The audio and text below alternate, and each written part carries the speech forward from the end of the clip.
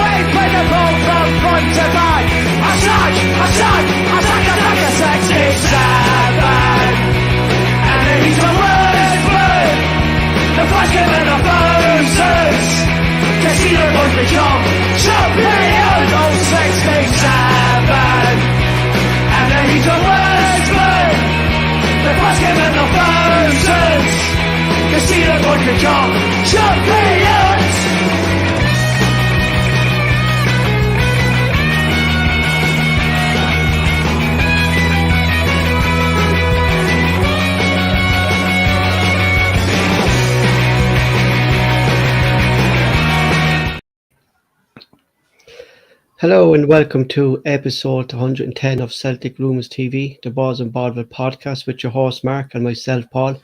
Join us tonight. We have Terence, tier 161 from our forum page of the podcast at www.celticrumours.co.uk. You can also check out all the links to our podcast in the description below. On tonight's show, we'll have a match reaction to Celtic's 1-0 win over Aberdeen at Pittodrie. Look ahead to Wednesday's game against Livingston at home, and of course any topics you guys want discussed on the podcast, we will do so. But I refuse to talk about Messi. I refuse to talk about Argentina. So just let me that there, it won't be discussed if you put on the live chat. Your tweets won't be read out. You can't do that. Of course I can. I just don't have to read them out. Right, you don't need to read them, but it's a World Cup final people want to talk about it. And you serious pelters, lad. You're getting Dora Strippo phone here tonight, boyo. For some of your statements today. Right. Look, I didn't fucking put the national anthem up in Discord there. You know? Off to you, Marky. No bother, but thanks again, Paul. I'll give you shout outs to the guys on the forum, Richie. Kev, I've been talking to Kev on Twitter. Wee bit in that, so shout out to Kev, JFP, Tim Alloy, Richie and his family. Richie, hope everything's going good for you, mate, and you're still battling on after the good news you got the other week.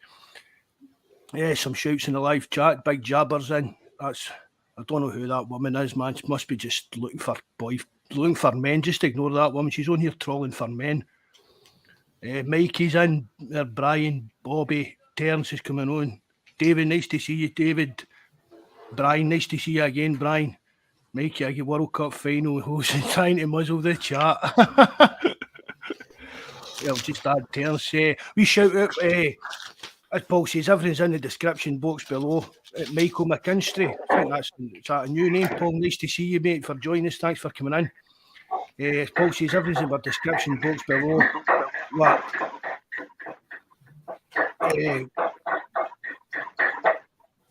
What's that noise? Jack making something in the kitchen or something, or what?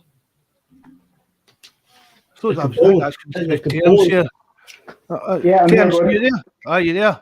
I am. Can you hear me? It's not very clear in my Terence. Any better? Try that, mate. Try that, Ter. I'll log out and log back in. Right, no bother, bud. What was I saying there? Oh, it's Mick 87 on the forum. Oh, cheers, Mick. Thanks for coming in. We're Christmas appeal. So be Chaza boy for the forum, Paul, put in £100 a day, so that's also about £800. So big up Chaza. I mean, he pops up in the forum, but I mean, that's a serious amount of donation. So that's us up at £800.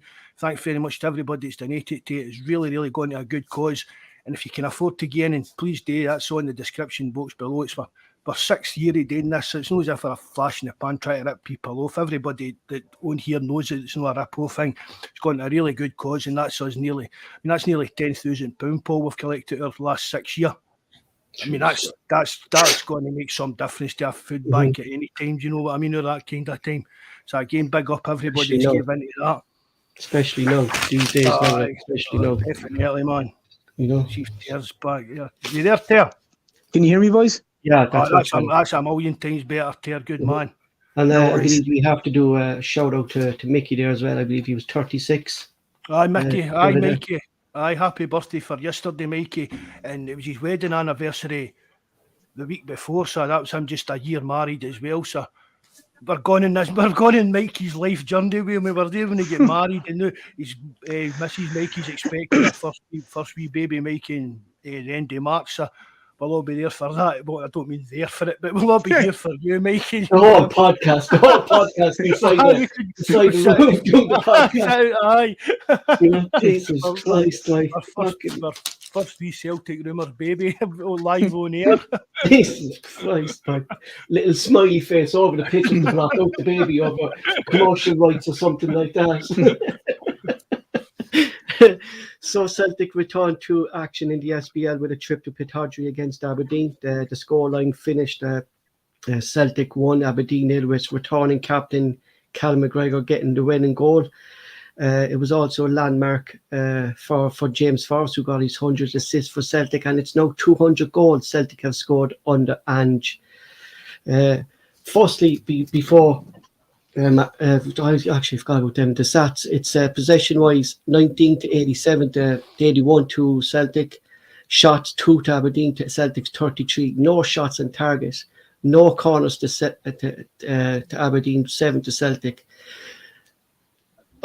Before we talk about Celtic, lads, we did a podcast the week after last, and we were talking about Jim Goodwin, and I was so impressed with him, the way he plays football. The way he sets Aberdeen up, the way he sets St Mirror up last season, stuff like that. I was very, very surprised the way he set up against Celtic yesterday, Mark. Very surprised. It was shocking, Paul. I read as well that there is across all competitions so far in Scotland are the second highest scoring team. And he got there. I mean, he got there, and it wasn't people going about all these formations and that. Oh, it's 3-5-2 and that. No, he played with 5 at the back. He played with 5 at the back, 4 in midfield, and just 1 up front in case any kind of chance was coming. But ridiculous for a team, for a club the size of Aberdeen that realistically should be up there challenging for second place, Paul. They really should. To get and put a performance in like that was a total embarrassment. Not just against Celtic, it was an embarrassment, Mark, for them. Like you said there. Imagine you were a fan, an Aberdeen supporter, and your team went and set up like that. Like there was huge. Go on, Mark, sorry. No, I'm just saying it was just you'd be totally embarrassed to be an Aberdeen fan and paying your money to go and watch that yesterday. Because that's what I was going to say, Mark. They cut Celtic's allocation to get more home fans in, and then he's going there like 5 at the back. Do you know what I mean? You know, what's your thoughts, Terence? Like, it was very surprising that he did something like that, especially Jim Goodwin, the old manager, who I think is would be the nearest kind of style of play to Celtic in that league. Yeah, I thought the same, Paul, especially the fact that obviously the way he had played with St Mirren. But I have to echo what you're saying, and to be honest, I be in work trying to defend Scottish football. It's very hard to defend Scottish football when you watch that rubbish, which is apparently the third, technically fighting to be could be the third best team in Scotland. And they have two shots and 2 shots at goal in their own stadium. Celtic have 30 odd. Like, it was, they had zero intention of playing football. They literally had all the defenders get the ball, hoof it to the coloured lad up front. I don't know what his name is, and I mean that disrespectfully, because he had a ton of pace. That was it. I was there going, if I was an Aberdeen fan like Mark is in there, you'd be going like, I'm not going to be turning up every week to this nonsense. Like, why would you? I'll be honest now, Paul. This is the God's honest truth. It was so bad. I actually turned it off. I actually turned off the match about 75 minutes. It was so bad. Nothing to do with Celtic, because it just felt it was going over and back and this. I just thought this is the worst lump of rubbish I've seen in a long time. And I said, I'm in work trying to defend Scottish football, the boys. And then anyone that watches that, you can't. That's indefensible, that game the other day. Aberdeen had no intention of playing. You're expecting that kind of performance, terms for like Celtic playing, I don't know, Ayr or Accies in the cup or something like that. The team, Yeah, exactly. You're not expecting that for a team target. Like, do you know what I mean? 2 shots in that one in target. You're not expecting that for a team that should be pushing for second place in the league and challenging for like a European spot to turn up and do it, especially so early in the season, Paul. It's not as if they're holding on fighting relegation, or they're holding on to a European place, or holding on to second or third place. It's just absolute garbage. But as well too, Mark, if you look at it as well, lads, it's the first game back after a long time off for everyone, right? So it wasn't as if Celtic had been on a big massive run where they'd won the last 4 or 5 games and they were flying it. These are 2 teams in a sense nearly going into the second half of the season, a restart. And Celtic could have come out and they mightn't have been up to speed in the sense that, that the touch might have been off for one thing. But Aberdeen made zero effort. I don't think I've ever seen a professional footballer or footballing team of what supposedly that standard do that. It was absolutely unbelievable. And it's like Mark said, even if they were playing Clyde, for argument's sake, and no disrespect to any Clyde supporters or anything like that, if they were playing Clyde, I don't even think in a cup match, I don't even think the likes of Clyde would play like that. I think they'd try counter-attack Celtic and they'd try get in amongst them. But Aberdeen had zero intention. It was like at some stages it was like they had 5 at the back and about another 3 or 4 in front of them, and that was it. It was nearly like 4 centre halves at one stage. It was awful stuff. To be fair as well, Big Terence, I mean, we made enough chances during the game that shouldn't have came to that. Oh, listen, that's what I was saying, because I missed the game yesterday. Like, I was just about to ask you there, like, what way did Celtic play, Mark? And like, I saw Kyogo's miss, which for me was kind of sums up Kyogo at the moment, missing the sitters, Mark, and not putting away the chances. A couple of them yesterday were pretty bad again. It's just, I don't know if it's his confidence has been knocked for the Japan debacle when he didn't get in the squad and stuff like that. But I mean, I've said all along, Paul, for me, Kyogo's not your out and out striker. And it's got to be addressed sooner rather than later, in my opinion. It really has. I mean, you've got Big Gio sitting in the bench yesterday. But not just Kyogo, Mark. I was very, and I said it to you when you sent me the lineup, I was very surprised Marina was in that stat lineup yesterday. I think he was only playing because the boy Haksabanovic got injured, to be honest. Was Paul. he? Oh, I didn't know that. Yeah, I didn't know that. Ange said that Haksabanovic got an injury the day before. But apart from that, he was up for it and rearing to go. So it must have. I think Haksabanovic would have probably started it, Paul. But I suppose he's probably the most match fit, really, as well, Mark, after kind of playing kind of week in and week out with Japan in the World Cup. Like, you know what I mean? So he could have been. But again, he didn't offer much either, Paul. No, he didn't. To be fair, Callum McGregor returning, Terence. Yeah. Thoughts on him returning? Well, Callum McGregor was like he was never away. It was like he was never away. He completely dictated everything, dominated everything. His passing as always was excellent. Now, as I said, it's hard to make killer passes through the packed defences like they have, which was beyond a joke. Like, but just to go back to the point beforehand as well, Paul, some of Kyogo's misses were just beyond unbelievable. And I could understand if I was Giacomakis. I can understand the reason why he wants to leave if he's looking at the misses that Kyogo's missing and he's still sitting on the bench. I mean, the first one from the ball, I think Ralston played it through and someone whipped it across. I mean, confidence or no confidence, he's hardly 5-6 yards out, and the misses were just very, very poor, very, very poor. And my worry is there's eventually going to be a game where they don't get bailed out by someone if they keep creating chances and keep missing. You're not like Celtic have a habit, in fairness to them, they keep going, as Postacoglu would say, but they keep winning near the end. But there's going to come a time where that's not going to happen. And do you know what I mean? They could drop points because the misses are awful. They're just so bad it's unbelievable. And I really like Kyogo, but the misses are inexcusable.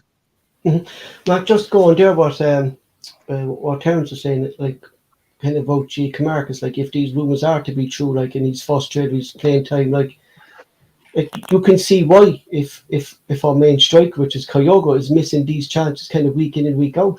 You know what I mean? Oh, totally understandable. Even it's not even down to the fact the way for me it should be, Paul, is if you're on form and training well, you should be starting. Right? Kyogo might be showing up in training, but he's not on form. He's not playing well during the game. So for me, you've got to give him a wee bit of a boot up the backside by dropping him and give Gio Kamakis his chance when he's up there. His confidence is high. Especially as well too, Mark, when there's kind of rumours around there that we're looking at another striker. Do you know what I mean? You know, you're expecting Kyogo maybe to up his own game as well, like in taking these chances. You know. But I think, Paul, it's easy chances. Yeah. I mean, let's be honest. I saw the highlights of that one yesterday. But that's always been it. For me, that's always been in his locker. It's always been in Kyogo's locker, Terence, in my opinion. It is, yeah. He's not a good enough striker to just that kind of natural instinct when it comes to the yard box. His first one, he shinned it. Like he didn't even hit it with his foot. He shinned it wide. Like. Aye. Do you know? That's to a half decent striker. That's to, for argument's sake, a Gary Hooper. But these are the chances, Terence, that for me, like any striker would live for. Do you know what I mean? These are the areas where you want your top striker to be in, and these are the goals that they should be screaming out for.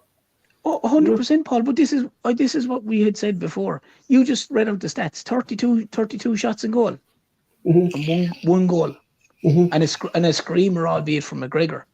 But the chances that have been missed by Celtic at the minute, and obviously Kyogo, unfortunately, yesterday was number one culprit.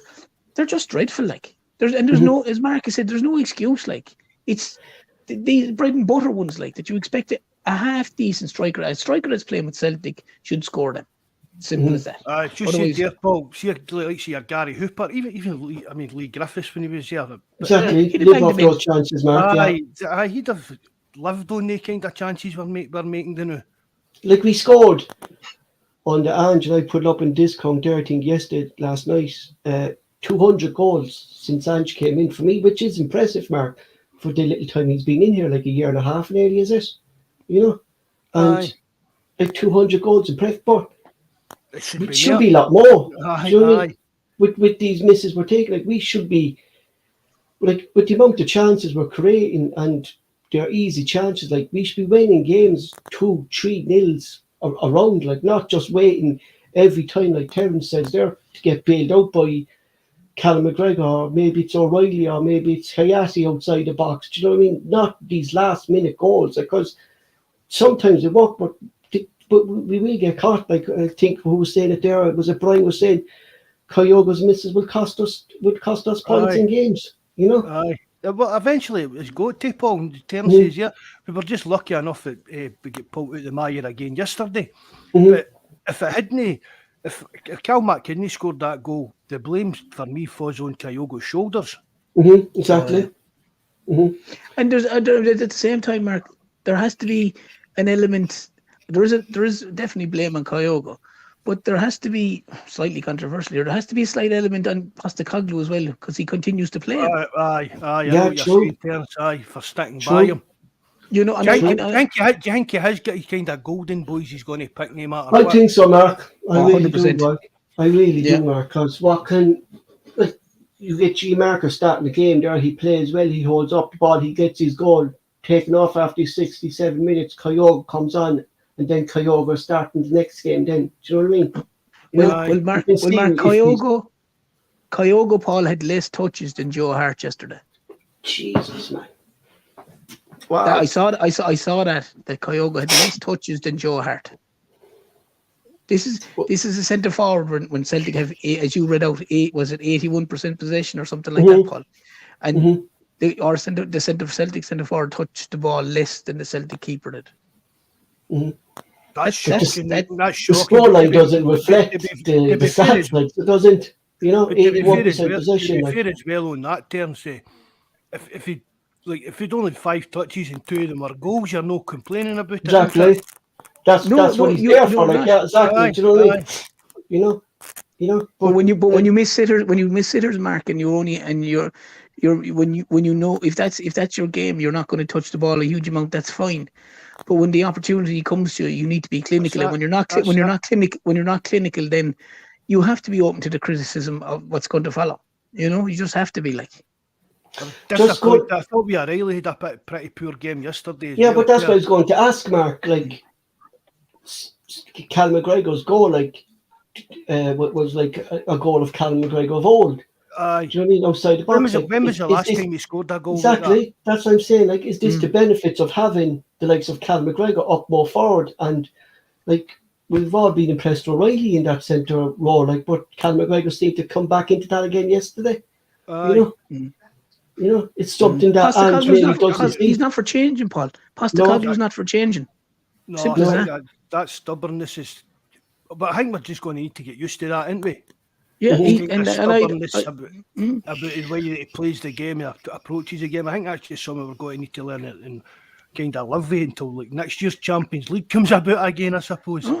But I agree with you, Mark, because I thought O'Reilly was very, very quiet yesterday.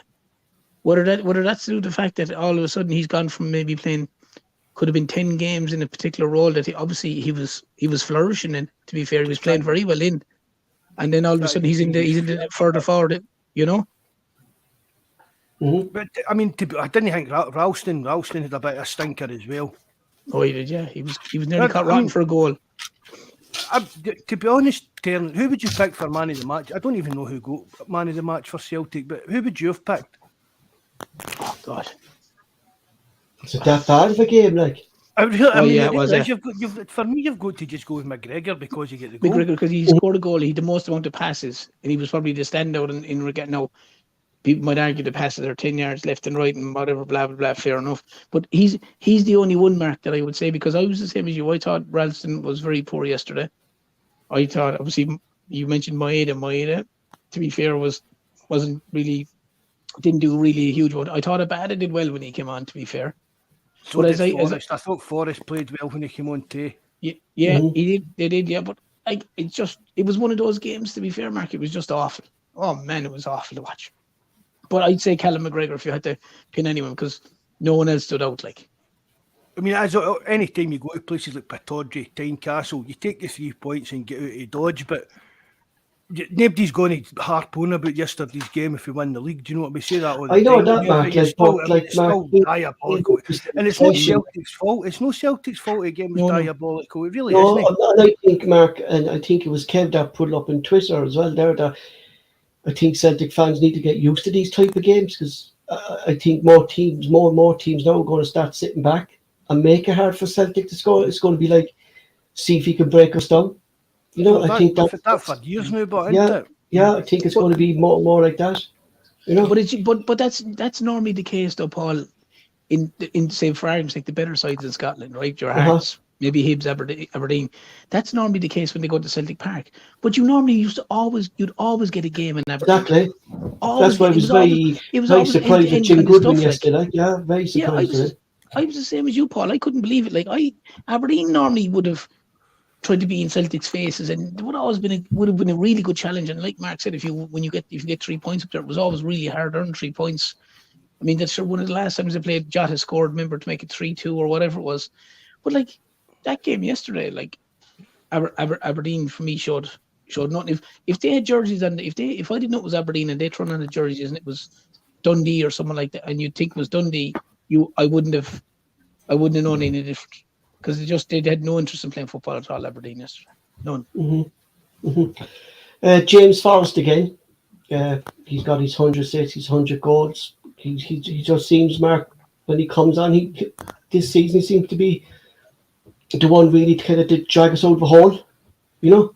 Aye. I seen on Twitter as well, Paul, some is it Agent SPL Scotland or something he's called? He's put up that was his 100th assist. Yeah, you saying it was against Livingston or something last season or something like that? No, it was something with Ayer, I'm sure, Paul. I saw. Yeah, yeah. But see, the thing about this, seeing all these lists, people are putting Jimmy Johnson and that on it.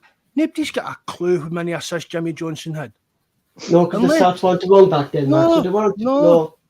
And even at that point, even if you were that sad to sit and watch footage of every single Celtic game that Jimmy Johnson played in, there wouldn't be footage of them all.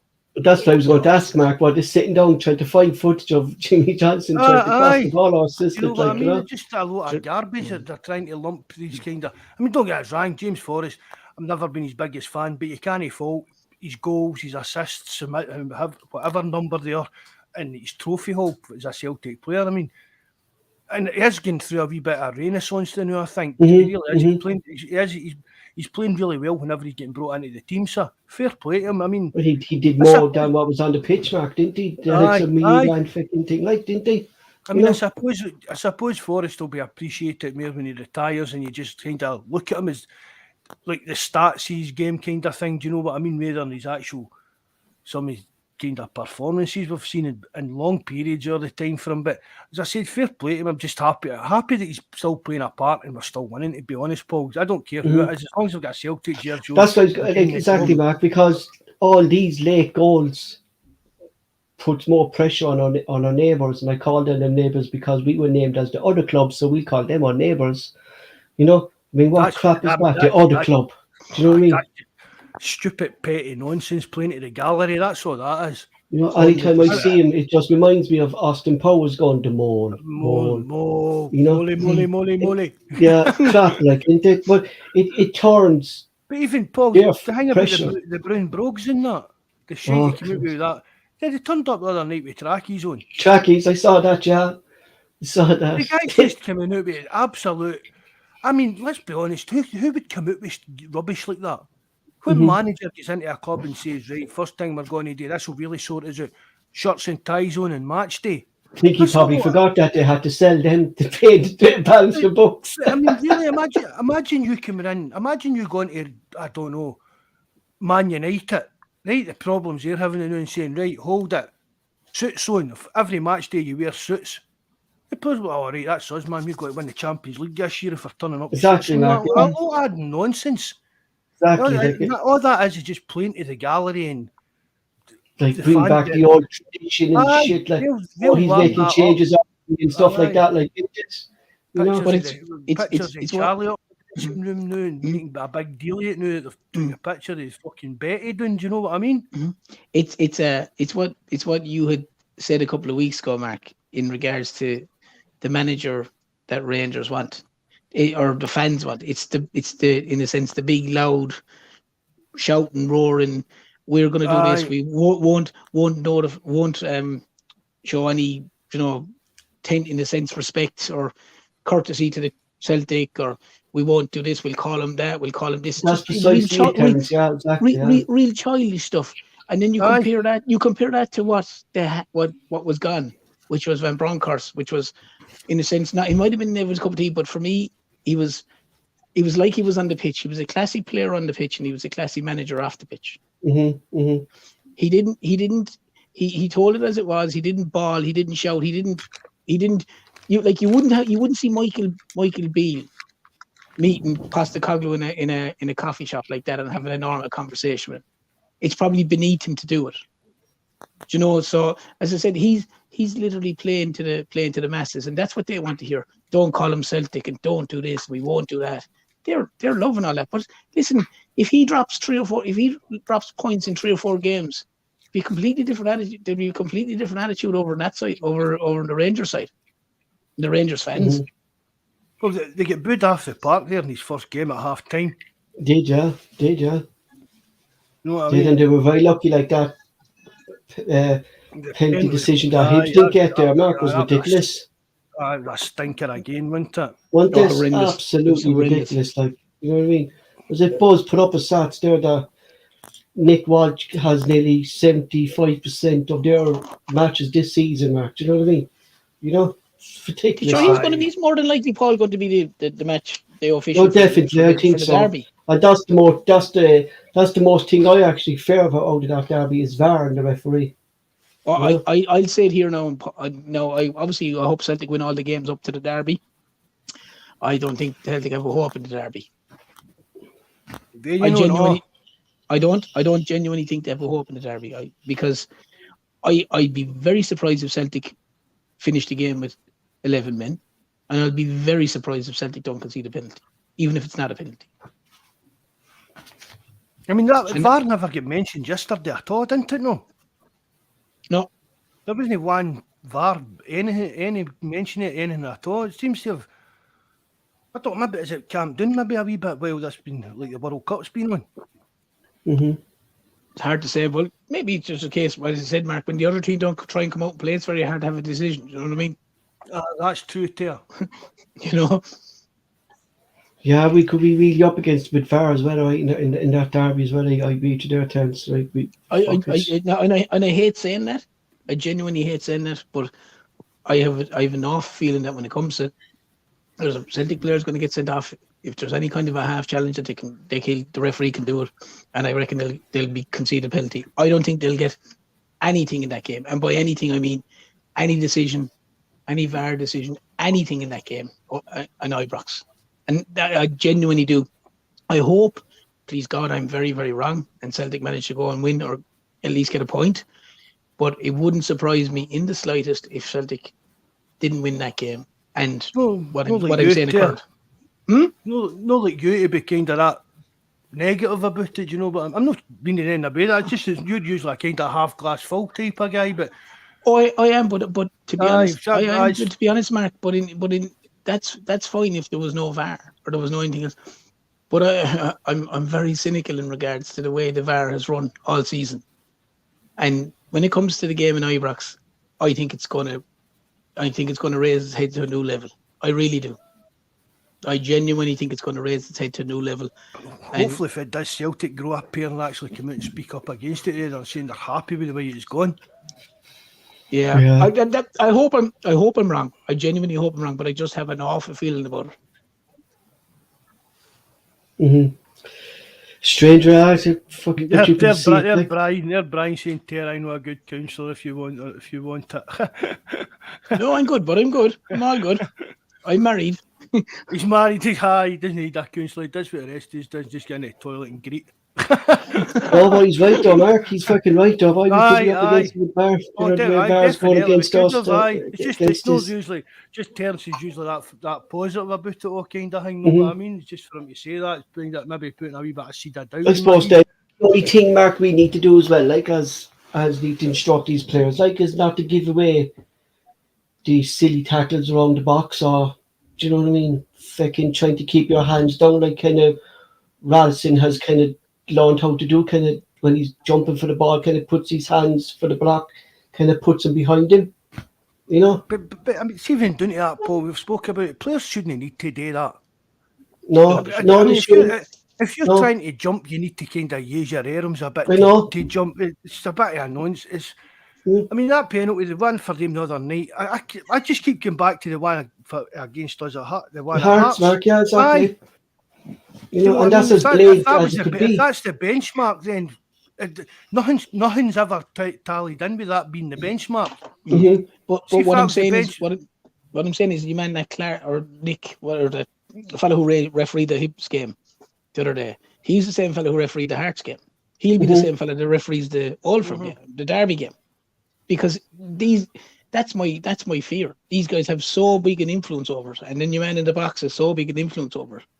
When you see the penalty not given in Hearts, where you see the fella putting his hand behind his back and running away because he knows he's handled it, and then you see the one your man sends his handball, and the referee they don't even go to VAR. No. They don't even go to VAR. That's what surprised me. That it didn't But how does the problem is, Paul? How does it? I don't understand how it surprises people, because they are as biased as the day is long. They have. Like you're talking about a guy, Paul, if I'm not mistaken, and Mark, you can correct me on this, he's a teacher in a school where an underage Rangers team train, or he trains. So how can he's basically part of their youth system, to be honest, Terry. Yeah. That's what it is. Yeah. So how in God's holy name can he be biased? Can he not be biased? Can he be impartial? There's no chance he's being impartial. That's his team, like. That's his team, like. You know what I mean? If there's Rangers lads training in his school and he's involved with it and the whole lot, of course he's going to be Rangers orientated. He might come out and say he isn't, but he clearly is. And that's my fear. I'd nearly put all the tea in China that he'll be the referee in the derby match. I think you're right with that, yeah. And if he is, he'll just. I hope Celtic come out and play the way they can play.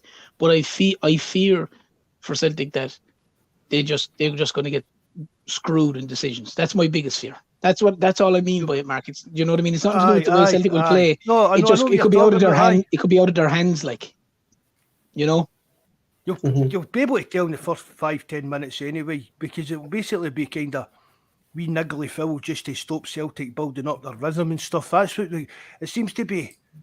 I don't know if I'm not saying it's a plan as such, but that seems to be the kind of way that where the game is going to go, Mark, don't you? Aye. It's just wee niggly fouls. We're not getting red cards or getting sent off or even bookings. Just wee niggly fouls to break up the play to stop Celtic getting into their rhythm, and that's and then it's just kind of the buzz up in the air wherever it kind of lands after that. Really, do you know what I mean? And that seems to be the kind of go-to approach to getting Celtic getting beat. Just don't let them pick up a rhythm. Get them into let them play their game. And we've seen referees kind of do that as well, Mark. Kind of blowing happy. That's what I'm talking. No, that's what I'm talking about. That's what I'm talking about, Paul. Aye. It's like, and then if one player gets booked, the next time it's another player that's doing all the wee niggly fouls till he gets booked and then moves. You know what I mean? Just moves on, and that's all they do is just try to break up play, no let Celtic into. Get them actually start moving the ball about and playing the way that we know that we can. Because I mean, let's face it, if Rangers come out and go toe to toe with us, we'll destroy them. I mean, we really will. They're just even Mick Beale coming in has not really made much difference to them as a team or nothing. Yeah. And that, I mean, but I think what they will do, Mark, is I think they'll go back to the. And I don't know what team he played, but judging by one or two of the goal scorers, he's going to go back to the bringing on the big physicality side of things. Aye, I think that'll be that again too. Aye, I have no doubt about it. It'll be like the semi-final. It'll be like the semi-final of the cup. That they'll have the Ryan Jacks and Lundstrom and Lundstrom and these boys and Davis and that, and just kicking lumps out of Celtic players and breaking up. Not actually doing anything. They're not actually doing anything. It's like playing with three defensive midfielders. They're playing with three players that just spoil the game, break up play and stuff like that. It would be like us getting in and playing a game with like three Scott Browns or something. Yeah, and that's. I don't know what team played for them against Hibs, but I saw one or two of the goal scorers and bits and pieces. So it looks like he's gone back to the old guard, if you want to call it that. Tried and trusted. Is it there like that kind of thing? Is it? Yeah, the Ryan Jack, the Kamara, the Stephen Davis, the Lundstrom. Like he's going to be wanting to literally less talent and more just brute force and kicking the legs off of people, and especially when it comes to the derby game. I can see visions of the semi-final where the referee basically just seemed to turn a blind eye to Lundstrom kicking everyone up and down the field. And he didn't even get a yellow card. Yeah, exactly. You know, but that's been mostly what Rangers' successful teams have really been like. What turns when you look back early years? Oh, they have, yeah. Of course, when you've had like Terry Hurlock and Souness and Ian Durant and these boys playing and Stuart McCall and all them, not many of them were overly gifted footballers. They were very, very dirty. I mean, even Walter Smith's teams like that just shows then as well. Especially the second. That just shows as well, like, is Beale this tactics technician that he says to be, if he's putting out a team there just to kick lumps out of Celtic without actually playing football. Do you know what I mean? We're hearing that this fella's supposed to be a superb coach. If he's a superb coach, he should be able to go toe-to-toe with Ange instead of putting out the old guard to kick lumps out of Celtic. Do you get me? Right. You know? But Paul, see the thing about it, there's a difference between being a good coach and a good manager. Exactly. You know, I said it before. Yeah. I mean, even when Mick Beale was at Rangers, I said he was a good coach. Everybody in their dug in the street knew that it was him that was the brains behind it, like doing the tactics and stuff like that. But been a good coach like that, but then it was it was Gerrard that was he was the baddie guy, if you know what I mean. It was him that was the kind of strict guy in that kind of partnership. Can Beale take a step up and be that guy? I don't think I think that's going to. But I think that's what he was trying to do with his interviews, wasn't it? He was trying to kind of give off that. I even didn't know this garbage as we said about the Brown Brogues and nonsense, and not mentioning Celtic's name and absolute childish pish like that. And right away he's been. Yeah, I think even Hugh Keevins had a pop at him about it, saying that's just a road that a man trying to build your reputation that shouldn't be getting done. You know what I mean? So he's just made himself look a bit of a fool for the minute he's come in the door. Even Andy Walker had a pop at him over it as well. I saw that. So Andy Walker said it's just childish and it's disrespectful. He was saying no matter what managers are there through the years and Rangers, and he said he saw massive fights between Souness and Billy McNeil after the games and shout matches. So there was no one ever calling for going down the road of the other club or won't mention their name or you're like, come on, it's not under things like you haven't someone hasn't robbed your bag of potatoes in the yard like just pure childness. It really is. But as you said, Mark, it's playing to the masses. I suppose. Look, the main thing as well is from yesterday's game was we extended the lead, Mark. We kept it 9 points. You know what I mean? We're not taking no chances, but we're still winning. But how long will that continue? Is the question, because sooner or later that lucky strike or that shot outside the box from McGregor or Hayashi, it mightn't come. Do you know what I mean? That's why Celtic, in my opinion, when we go to Livingston on Wednesday night, we need to score early and bring Livingston out.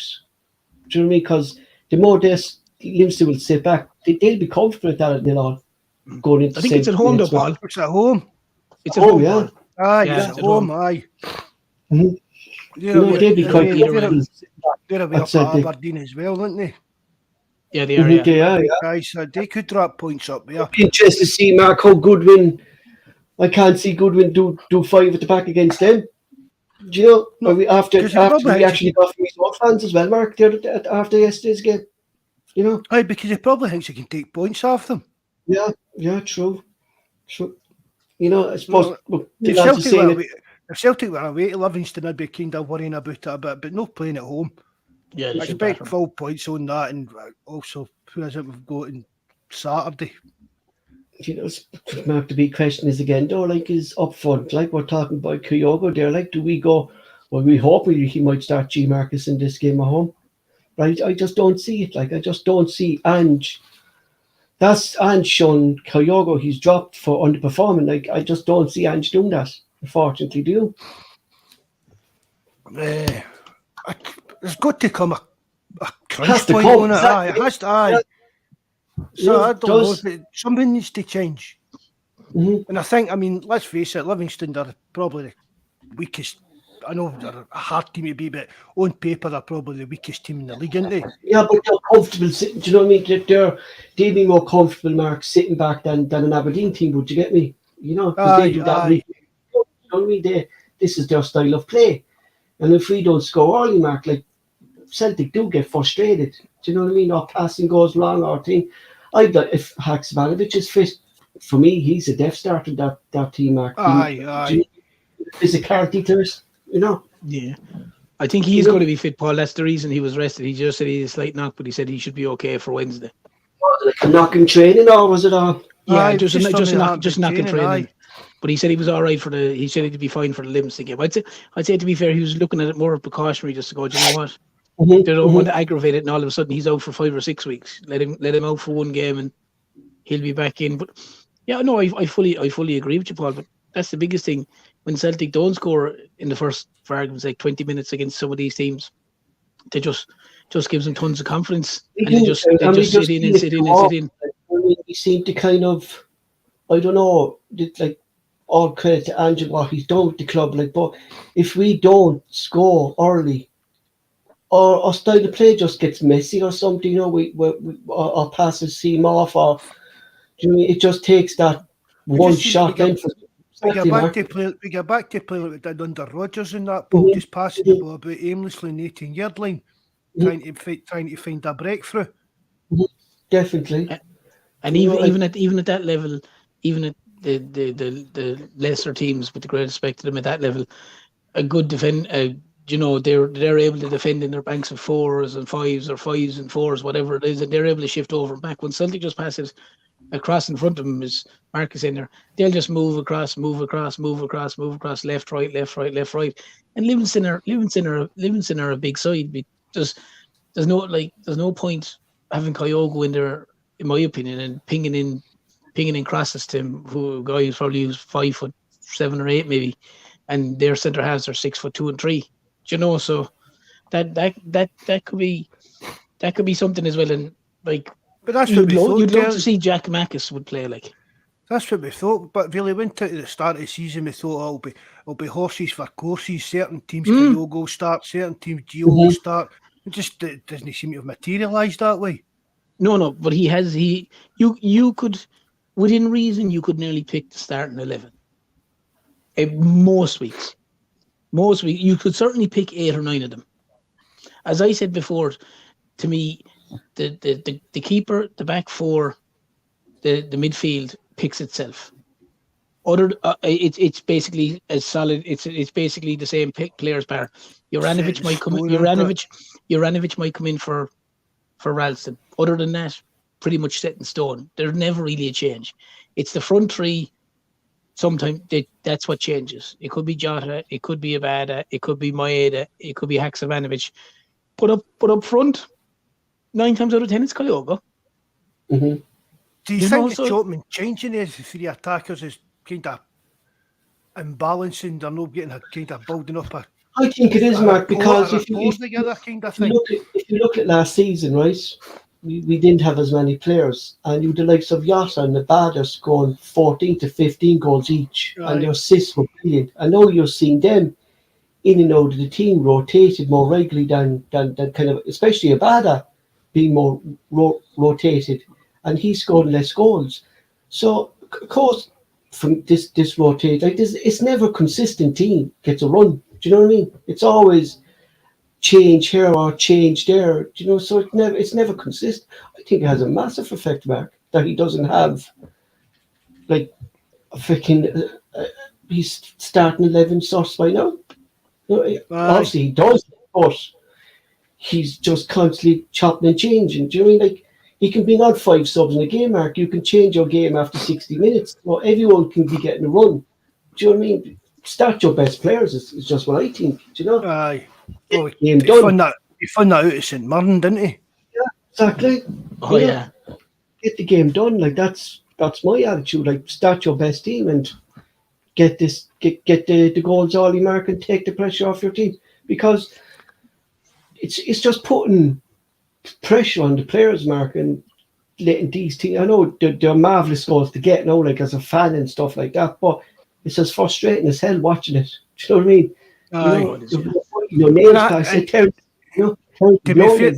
To be fair as well to Kyogo, I've seen a few people on Twitter mention he has come back for a pretty serious injury. Mm-hmm. So, well, again, should it not be managed better then? Exactly, Mark. Yeah, put G Marcus in there and bring Kyogo on the 60-50 minute. Aye. Yeah. I just don't see build himself back up and stuff like that. Exactly, but in saying that now, Mark, and that's a very valid point. Long-term injury, no long-term injury, those misses were still awful. Aye, oh, definitely, aye.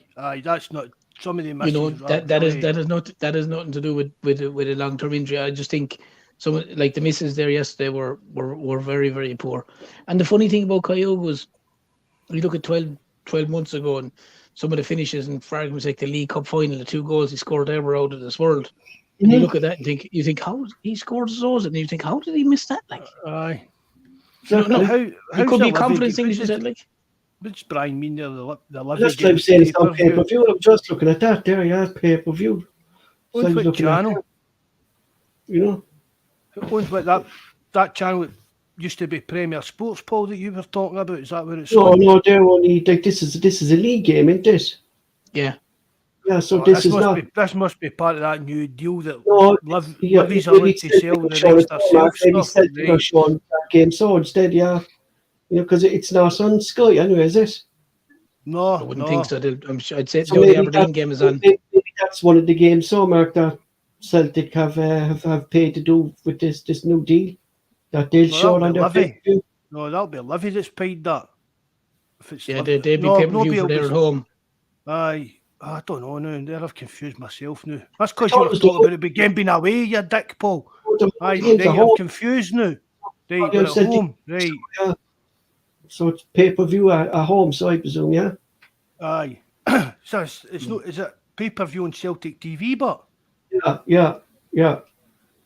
I suppose if you have your Celtic pass, Mark, anyone who has their... can you still buy that pass, can't you, to Celtic TV, can't you? Anyone who has Celtic TV, I suppose, be able to watch it, you know? I think that no stop with COVID in that. Don't know, man. I thought that kind of Celtic pass thing stopped after the COVID restrictions crashed in that, Paul. I think if they have Celtic TV... $12.99. They're wanting $12.99 for it. £13. What's it saying, it, Mark? I'm just having a wee that gander at this. Stream Digital. Don't know who that is. So I think Motherwell were the first to use this thing. Mm-hmm. It's going to be shown in Britain and Ireland via PPV service for Stream Digital. You can watch the match for a fee of $12.99 for the comfort of your own armchair. $12.99 to watch one game? It's boss, Mark. We'll have it. We just won't say nothing where we're getting this. But that's scandalous. It is, that's scandalous and for one you know game. what, Mark? This is only the start of it, man. When this replay coming, it's the only start of it, boy, because they're eventually we'll eventually be paying for the Scottish Cup and the Scottish League Cup and pay-per-view with this lot as well. This is only the start of it, man. This is the only start of it. Believe me. You know, I said it here when they were coming, Mark, that we're going to be paying for every match to watch Celtic now. You know, it's ridiculous. Really is ridiculous. Like, you know, put a wee link up to their site on the. I mean, like, look at the economy's going around Europe. Do you know what I mean? And football and letting all these players come into football just to put money in their own pockets. You know, it's not a fans' game anymore. Do you know what I mean? It's not like, you know. No, Paul. We don't give. None of them give about fans. See, soon as the season ticket money hits the bank, that's it. Mm-hmm. The money, that's the money. The money's there, and all they need to bother, and then everything else is. If you don't turn up, they don't really care. No, they don't. They have your money. They have your money job done. Actually, what I was to ask you there yesterday was the game yesterday, right? Like, there was loads of Celtic fans on Twitter saying they always travel with Celtic home and away, like they always go. There was one fella said he never missed an away game in so many years, that he always got a ticket through someone he knows or through another club or something like that, you know. And he said this is the one time he couldn't get a ticket to an Aberdeen match because they cut the allocation. And he said he'd be very disappointed if there was empty seats in the Aberdeen fans' end. Was there many empty seats in that stadium? Yes, there was a full lot. Loads of them. Piles of empty seats. Aye. There was Piles plenty of of empty empty seats. spaces, aye. Jesus. Especially behind the Aberdeen goal, there was a load of empty seats behind the Aberdeen goal. There was an awful lot of empty seats. That's the stand they used to get. Want it behind the goal? Want it that full stand and a bit at the corner mark or something? No, they were in the right. They're always kind of in the as you look at it, the right hand corner. The right hand corner, Celtic are normally in there. Where Ange went to after the game yesterday, that's a traditional Celtic bit of pathology. But it's just going to Paul again. These guys running the clubs, the chairman, whatever, they're kind of up against between a brick and a hard place or whatever as you call it. Because I've said it for years, Paul, why these clubs, even right, if you're I don't know, say a Dundee fan or whatever, St Johnstone fan, right? If your club says to you, look, see, I know you bought a season ticket for that seat, but see for 4 games a season, when Celtic, they ones are up here, we're going to ask you to move her into this stand so that usually they get look, we'll put you into a draw, you can win stuff, we'll make sure you are well looked after, but we can make us a lot more money by selling out the rest of that stadium. That's what I can't understand, Mark. Like, you know what I mean? The money these clubs lost, that they had to get loans off the SPL that still have to be paid back. I mean, this is extra income coming into the club to buy a player, Mark, to pay off a bit of debt. And then they're cutting, like, Celtic fans, Mark, no matter who we play, will always fill their allocation. Aye. It's cutting your nose off to spite your face. Yeah. I mean, I know there's fans there. I mean, I don't know, like, Jonas, if you said to Jonas, would you move your seat for Celtic coming or whatever? But, I mean, really, you've got to look at the bigger picture and think, if your club's asking you to do this and telling you, look, the money we can make off of doing this is probably more than we make off every other home game. For the 4 home games against the Glasgow teams. On the other side, Denmark, you look at Terence, like, and what point Terence made on the show there, like, is that it was the only game live yesterday on Sky Sports, so a lot of people have watched that. Now, bar the game being poor Terence, but you're looking at the stands and you're seeing the stands empty. Do you know what I mean? Well, you know, but you see, Paul, the problem with all of this is not to go on about certain things. Livingston are the only club that I see that actually maximise it, because they give Celtic 3 sides and they give Rangers 3 sides, because obviously their chairman has a brain in his head and he's going, you have to remember, all these people that are going there, it's not just paying for a seat. They might buy drinks as in Cokes or 7-Up. They might get food. They might buy a programme. That's all income for the club.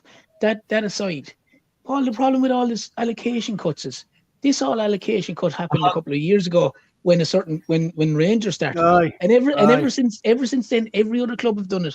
Celtic have played Hibs, where Hibs have given them maybe half the stand instead of the whole stand, and all the rest of those seats were all empty. And then there was a corner over there. So this has started as a snowball, and it's now gone into an avalanche. Because basically, everyone has jumped on board to go, oh, we're going to cut your allocation. We're going to cut your allocation. It's like Hearts have done it with Hibs, and Hibs have done it with Hearts, and Rangers and Celtic, and like even the likes of, as you said, there, Aberdeen are doing it now with Celtic. I'm sure they'll do it with Rangers. For like there's absolutely no logic to it whatsoever. Like Mark, it's killing. Like for Terence is saying there as well, like it's killing the atmosphere. Like remember you said to me, like, when you play, you're not listening to who the fans are singing about, but like, they're still an atmosphere. You're not hearing the words, Paul, but you're buzzing off the adrenaline. Not just us, Mark. Like that's what I'm saying. Like they don't care who's singing, but there's an atmosphere around the stadium for both clubs. You know, it's mind-boggling, like the way these chairmen are starting to think, like, you know, they're cutting their allocation is a benefit to their club, when clearly it's not if you can't fill it. Do you know what I mean? It's not. Then you get back to the argument, Paul. See, for years you get back, right, watching the Scottish Cup and watching even the English FA Cup. You know what I mean? When you're watching games like that over the years, like the Bolt, when it used to, when the FA Cup and Scottish Cup, they were kind of big things. But when it was like some wee team get through against Celtic or Rangers or Man United or Liverpool, the full game went crazy. They were looking to move to another stadium to try and get more people in, and they were like, if you want to bring 10,000 Man United fans down to your wee Clatty stadium, bring them down. Bring them. We'll fit them in. I know there was safety issues in that back end, but you know what I mean. But even in a lot of cases, Mark, they'd swap. They'd say, we'll play at home and we'll get half the gate. We'll leave Man United play at home and we'll take half the gate, and they'd make more money that way. You know what I mean? And it was always the games always got a bit of TV money because they were drew again. I mean, no. These teams in Scotland are just cutting off their nose to spite their face.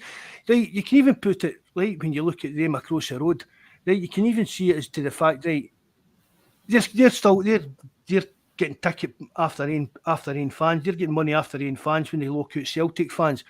It's not as if Livingston are. It's not as if Aberdeen are looking at Celtic fans and so that their own fans can get more seats. Do you know what I mean? I mean, right, it's like, but I don't know where it was like at Ibrox. You used to buy season tickets at Celtic Park, right? You could buy season tickets. But you could buy them for the Rangers end. Obviously, they didn't have the games in them, so they were a bit cheaper. But it's not as if Celtic were like, we're cutting Rangers allocation and these seats are just got to go empty because nobody's got to sit in them. Which is what these wee teams are basically doing. It's not as if they're cutting Celtic's allocation to make way for their own fans. They're just cutting Celtic's allocation for the sake of it. But the funny thing about it, as you said, Mark, is like if you were any kind of a marketing person in these clubs, you'd go, right, we'll sell the season book for, we'll just say for argument's sake, for Jonas, for Dundee United, we'll sell them the season ticket. But we'll take away the 4 games, the 2 Rangers games, the 2 Celtic games out of the season ticket. We'll give them a discount on the book, but we'll tell them if they want a ticket for that match, they're guaranteed a ticket at a reduced rate. How hard is that, like? Aye, anything. Even incentive them that they be guarantee a ticket for the away game. But if you want a ticket, exactly, but even though if you want a ticket, it'll be in a wee bit of the stadium, and you'll get a free pie in Bovril, you'll get a free programme. Do you get what I mean? Just, even as I just said, anything. Well, they're fine then. I'll fucking move for sake. I mean, a pie in a Bovril and a programme's maybe a tenner now at the football. Do you know what I mean? But that's what I'm saying, Mark. If you take the 4 games out of it, and just I don't know what Dundee United's. We'll just say, for argument's sake, Dundee United's season ticket is £250. I don't know. Before the Derby games, and you go, look, we're going to take, or the Rangers and Celtic games, we're going to take those 4 games out. We're going to only charge you €200 now, or €210 now for it. But come the Celtic game or come the Rangers game, if you want a ticket, you're guaranteed a ticket.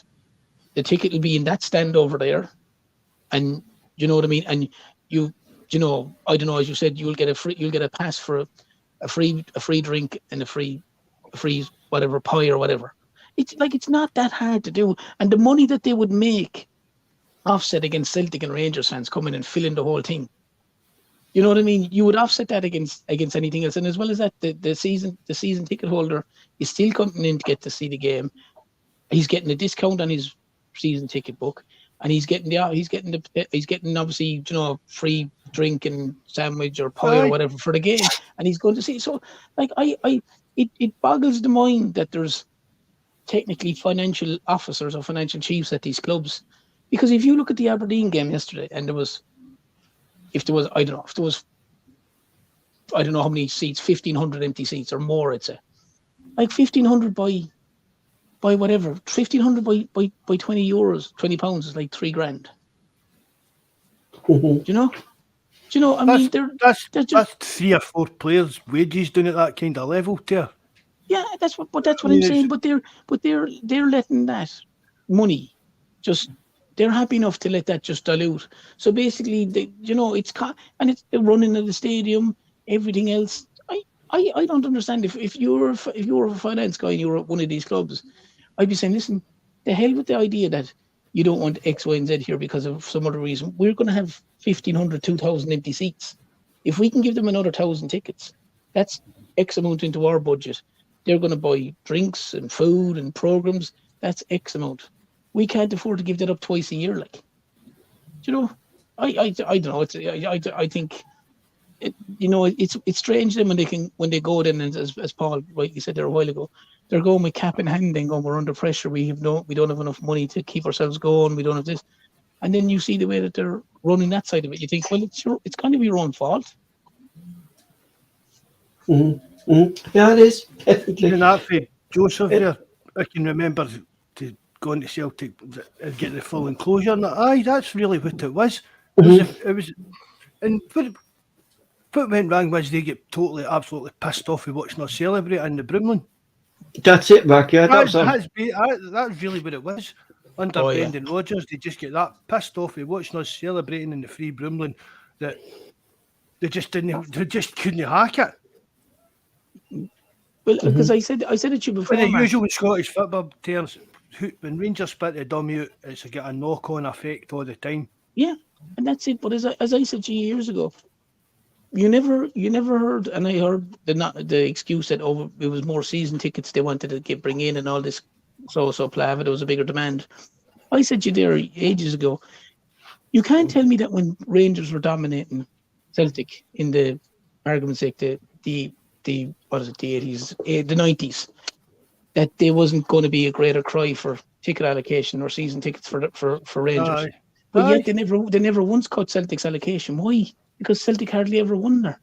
And they had no problem with Celtic, with the whole Brumlin end being full of Celtic fans, because they wanted to give it to them. But now, when it was roles reversed and Celtic were winning, They don't want them there. They're trying to take away. It's nothing to do with anything else. Their fans coming in. They just, as Mark said, they just don't like seeing all the celebrations that we're going. And that's all it is. Was Stephen Welch? Is he injured or something? Stephen Welch, or have you heard anything there? I don't know, Paul. Because on the bench anyway. No, that's precisely my point. There must be some plan here for my boy Bosman Law. Like I said, you Mark, he's been training with the first team now for last couple of months. We're gradually seeing him on the bench. I'm just seeing, like, with Bosman Law now coming onto the bench, Stephen Welch being on this young new lad Yoki Kobayashi coming in. Are we kind of seeing the end of Stephen Welch maybe going out on loan or something in the new year? Probably there's a good chance of it, really, isn't there? No, yeah, it's the thing I've just seen. I'm just looking at the subs bench there, like, and I've seen Bosman Law and not Stephen Welch. Like, if Stephen Welch was fit, I think you expect him to be on that bench, considering there was only one centre back on that bench yesterday, and that was Bosman Law. I'm delighted Bosman Law's there, I mean, but I don't know. I've concerns about Stephen Welch probably going out on loan, I think, in January. You know? Probably for the best for him. Mm-hmm. It's true, man, because he's not be going to get, like, you think of it now, like, Jens is there now, he'd be ahead of him. You Starfed Vickers, you've Bosman Law, this new lad now hitting in his back. Do you know what I mean? You know. If you have a look on Twitter on that, Paul, man, that Bosman Law, he's been tipped to get picked up an injury. No, he's been tipped to get on loan. They did the ads as well. There's a few people saying that as well about him, sir. Either or, we'll do the either or any hair him. Do you know what I mean? I'd say the only way you'll judge it, though, Paul, is I don't know if Stephen Welch is injured, but Welch picked up a knock. Yeah. Well, that's why I was asking, like, because I was saying, like, why. But the only way you'll know is when Welch is fit. If Welch is fit and he's on the bench and Bosman Law isn't on the bench, then you'd have to say it's Bosman Law that's going to be going out on loan. Well, I'm expecting Law to go out on loan because I think that will be the next step, really, in his progress. Yeah. You know, go out on loan, because I'm not saying nothing against the Celtic B team, like, but I think Bosman Law, Mark, is a step above that now. You know, he's a kind of no man's land kind of thing. Exactly. He's too good for the B team, but he's not quite ready for the first team. Yeah, so I think, like, what do we do over the Mark? Do we loan him out to? Do we loan him out to? Welch said a niggle. A niggle. Unquote, and will be sidelined for a couple of weeks. So, what do you think we do with Law? Do we send to a Scottish club, Mark, or do we send him down to League One or League Two, or what do you think yourself? I'd rather he went down to like second division in England, like the Championship. That really, I mean, what Scottish team would you put him in that would be quite? If Aberdeen's going to put in performances like that yesterday, do you know what I mean? Do you know what? Like, if I didn't see Aberdeen put in that performance yesterday, I would like him to go to Aberdeen. Do you know what I mean? Because it'd be good with players. But I think you would riot on Aberdeen if you're bored of a player. But then if you see Goodwin going to be playing like that week in and week out, Bosman Law's not going to be learning how to play with his feet. Do you know what I mean? He's not going to do that, Paul. No. That's the thing about it. That was everybody, even people who watch a lot more of the Aberdeen than I do. They were shocked. I was shocked that Goodwin set up like that yesterday. So I don't know. That's what I mean. It's like you're not wanting your young players to go to a team like St. Johnson. I'd like him to go down to Brown. Do you know that? In Fleetwood, I'd like him to go down to Scott Brown. Well, to be honest, wherever he goes, Paul, it's just once he's playing first team football, is if it's with Fleetwood, for argument's sake, wherever he's going once he's playing football is the key to me. Yeah, definitely. You don't want him to go to a club and then still be a sub in the club, because that's pointless. You know what I mean? Absolutely no point to that. No point him going. Then he mustn't stay at Celtic if he's going to do that. Like, if you're getting your young players out on loan, you've got to get a kind of guarantee that if they're fit and turning up, you know what I mean? You're not wanting them there ripping the pew at the other club and things like that. But if they're there training hard and playing, they should turning up. They should be playing every game. That's why I think Brown could actually be a good fit for the Mark, because freaking Celtic chewing himself, like, you know what I mean? And to be honest, like, freaking Law could do a job down there. Like, today actually, Scott Brown was after signing the Cork City goalkeeper, Harrington, signed up for Fleetwood for No, the that rest of the fucking season. goalkeeper, man. Jesus, they must be in dire straits. No, boy, this fella's good, boy. This fella's fucking. This fella. Is he Harrington, from Cork? Is he from Cork? No, is he? he's actually from England. I was wondering. So that's fair. He was only with us kind of this season, like, and he was picked up by him, like, you know what I mean? You know, so I'm saying, like, I don't know, but he's only young lad. He's only 19, 20, like, he's only young. It's kind of bump with the pile, but into if you're down there playing in like that. You know, Places he'd like probably that. step into their youth system, Mark, for, do you know what I mean? They probably see him as a prospect. Like, he's not going to be starting for Fleetwood, like, because he's young, like, but I mean, it just shows Scott Brown is kind of putting a plan in place as well for Fleetwood, isn't he? Buying younger players, putting them into the youth system down there. You know, But is it him? Because that Fleetwood, I mean, do you honestly think Scott Brown's got to last down there as a manager? no, David Hughes,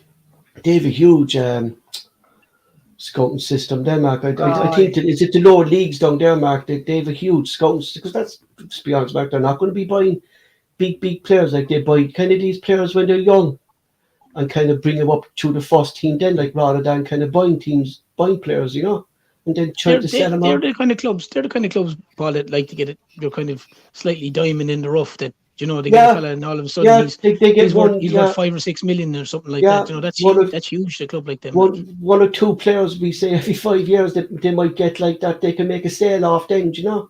Yeah. But that's the ignorance then from the Premier League, that they won't go down looking at these players. Do you know what I mean? You know, Jamie Vardy will come for them. He did, yeah, and came up that way. I'm sure he played with. They were non-league at the time. Non-league at the time, yeah. You know, we get in now about League One or something like that. The only manager really, Mark, that took a risk down in the Premier League to look at lower players was David Moyes. Aye.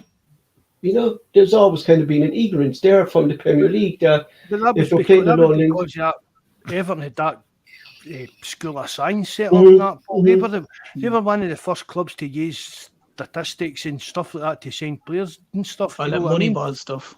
But I mean, Everton used to actually use Football Manager. See the game Football Manager? Yeah, did you tell me that, Mark? Yeah. They used to use that as a kind of source for looking at players across the world in that, because the team that make Football Managers, the guys they had looking at all this data and stats was that good at doing it that Everton were one of the very first clubs to start using that. No wonder Michael knows how to pronounce every single player before he comes on the fucking podcast. And there we all going, sorry, what? How did you pronounce that? Don't even Jesus Christ. It took me years to fucking get half the names to mind saying signing some other player that Michael be suggesting. Jesus Christ. You know, I talk to him about players on FIFA and stuff like that. I'm like, how do you spell that? I need to type in the computer. You'd be spelling English the best you can to break it up so you can pronounce it. And it sounds nothing like it then when you say it. The worst is when you translate it from Google from another language and you try to say it then, it doesn't sound a bit like... I know, I've tried that as well, aye. I'm not the only one, so Mark, who's tried that. Just get it totally wrong, then you come on the podcast. You know, I suppose it's going to be relatively the same. Like, when can we expect Ivanovic back? If he's going to be back is the question. What do you think? Do you think he's played his last game for Celtic, maybe? I think so. Possibly if the money's right. What are we expecting? Like, Mark, you said, Mark, like that. Just hold on the new a lot of these teams. Just getting back to the fucking amount of Fleetwood managers. Mm-hmm. Was Jimmy Barrett as well, wasn't he? He was, They've got Scott Brown. Before that was Stephen Craney. Jesus. Ginger guy that yeah. Simon Grayson, Simon Bawz, Joey Barton, John Sheridan. That's only going back to 2018. Jesus Christ, man. Before that was Uwe Rosler, Laketti, Stephen Presley, Laketti again, Graham Alexander, and that Mickey Mellon. Was it Dundee United? No. Yes. I mean, there's a lot of managers there now that you named that were involved in Scotland. Aye. But there's a lot of managers they've had 1, 2, 3. Exactly, Max. A lot of turnaround for management there, isn't there? Scott Brown's their fifth manager looking at that. Their fifth manager for January 2021. Their fifth manager in 2 years. I was a bit surprised that he took that job, because it does seem that Fleetwood is a team that they want to keep pushing on and pushing on. Exactly, yeah, they do, yeah. I don't know, maybe it's money, but I don't know whether it's something to do with that. But they just seem to they're no like investing in a manager and taking the thing forward, kind of thing. Do you know what I mean? It's the one kind of instant success with a manager. It's kind of a risky club to go into if you're starting your career, isn't it? But in saying that, you can see maybe why Brown's thinking, I'm getting away from all this Scottish kind of thing, get my family away from this for a wee while and settle down a bit, try and learn the ropes about stuff in that. Exactly. I'll end up Hibs manager at one point, Scotland. What you said there, was that fella Yuri Rosler with Spurs? Was he a Spurs? He was with Man City. Man City, was it? Oh, cracking. Sure, He's the fellow who scored. He scored in United and he had the T-shirt, "My granddad bombed Old Trafford." That's right. That's right. Obviously, that's when you could wear Jawsy like that. You know what I mean? You know. Right. Well, wait. While we're on that kind of subject, terms. Yes. On the Discord today. Wait, I need to tell you this, Paul. You need pulled up for it, son. We Mikey's all excited. Argentina's won the World Cup. Paul doesn't like Argentina, and wait for this, terms. He would rather support England than Argentina. You'd want to seriously cop on yourself now. Big time. Just shows how much I hate Argentina, don't this? And I hate England. Do you know what I mean? As an Irishman for Cork, Paul. Come on, terms. He deserves a serious slap now. I wouldn't fucking support Argentina if they were sitting down in front of me. And I would support England, and that's saying a lot. That kind of nonsense, you deserve to be held down and your head shaved. Your head shaved. Yeah. That's the problem with the world today. Did you read what Jeremy Clarkson said today about that wee Megan? That's worse than that, Paul, what you came out with. Well, what did he say? I didn't even take notes of that crap. It was garbage. He came out a lot of rubbish. It's actually terrible to talk about any kind of woman with stuff he said about. Do you know what, though? You know what? I can see the royal family fucking crumble, boy. You know, that's what I can. Stop with you. I'm not even talking about this. And you'll be got it. I'd be fucking delighted if fucking crumbled, by Jesus Christ, man. Mark, Paul's county from Cork is known as the Rebel County. I know. And if he said that down in the pub, do you know the way you're in a pub and someone walks in and everything stops? That's what would happen. Everyone would just stop. They'd put down the glass and he'd be escorted to the front door. They wouldn't. They're shit. I'll escort you to the front door. Yeah. I can't believe you came up with that. It just shows how much I hate Argentina. It just shows how much I hate Argentina. I was delighted that they won today. No. Delighted. Honestly, I didn't really care who won it. I like the two of the teams, but I like Argentina. Just nice for Messi. For the simple reason. No, I don't like Messi. I hate him as much as Paul does, but I like Argentina, but it's just the English hate them. My first World Cup was the 82 World Cup, and the Falklands thing was going on in that, and we all supported Argentina because it was against England, and that's always been my thing. I've always liked. Was that 86? That was 86, the mark, wasn't it? 82. 82. Spain 82. And then that was your first World Cup, wasn't it? That you remembered, wasn't it? Aye. And it was Argentina. It was Argentina because, well, Scotland were in it, but nobody really gave them much. But they didn't play England, though. Argentina didn't play England in that one, though, Mark, did they? No, they kept them apart, but there was still the Who would have been in the Scotland team back then, Mark? But Paul? Who would have been in the Scotland team back then? David Neary, he scored against Brazil. Probably Jim Leighton in goals, probably something like that, or unless Rafi, do you know you meant on just have a wee look at that. Alan Ruff would have been goals, wouldn't he? Who's he, Terence? Do you know the PLZ soccer thing? He was with Celtic and Hibs, but do you know I don't know, it's PLZ soccer with your man Martin, what's his surname? I forget Peter Martin. Alan Ruff was the next goalkeeper. Jim Leighton played, he was about 42 or 43 as well, didn't he? Went out for years, Jim Leighton, didn't he? Scotland 82 was I'm really sure it was Alan Ruff. Yeah. Alan Ruff, Danny McGrain, Frank Gray, Graham Souness, Alan Hansen, Willie Miller, Gordon Stratton, Kenny Dalglish, Alan Brazil, John Walk, John Robertson, George Wood. Never heard of him. He was a goalkeeper. And you know, Mark, just a question for you there. Just a David question Leary, for David you there, Provan. Mark, just a question for you there. Do you remember for years the Spanish national team it was kind of that fella Bawz came in and kind of changed. Remember for years there was always a rift in the Spanish dressing room between the Catalonians. Was there ever something like that in the Scottish dressing room between the Rangers players and the Scottish players in international football or what? Or No that I ever heard of, Paul. I think there was there's probably some kind of quote unquote banter, the odd fiend B, orange B, but I don't think any ever came of that. I think it was a bit more a split in the Scotland team, Paul, between like the players in Scotland and the big time players. Do you know what I mean? Like your Graham Souness and coming up from the south kind of a thing, like into thinking they're better and stuff like that. Yeah, I think it was more a kind of a split like that, but I don't think there was any kind of set. Behind the scenes for years there was, even going back to when the SFA actually chose the team. That's how like Jimmy Johnson not hardly get any caps, but between the players, I don't really think it was anything that bad. I don't. Yeah, man, but the Spanish team off that went on for years, didn't it? But it was the same with Holland as well. Holland, the kind of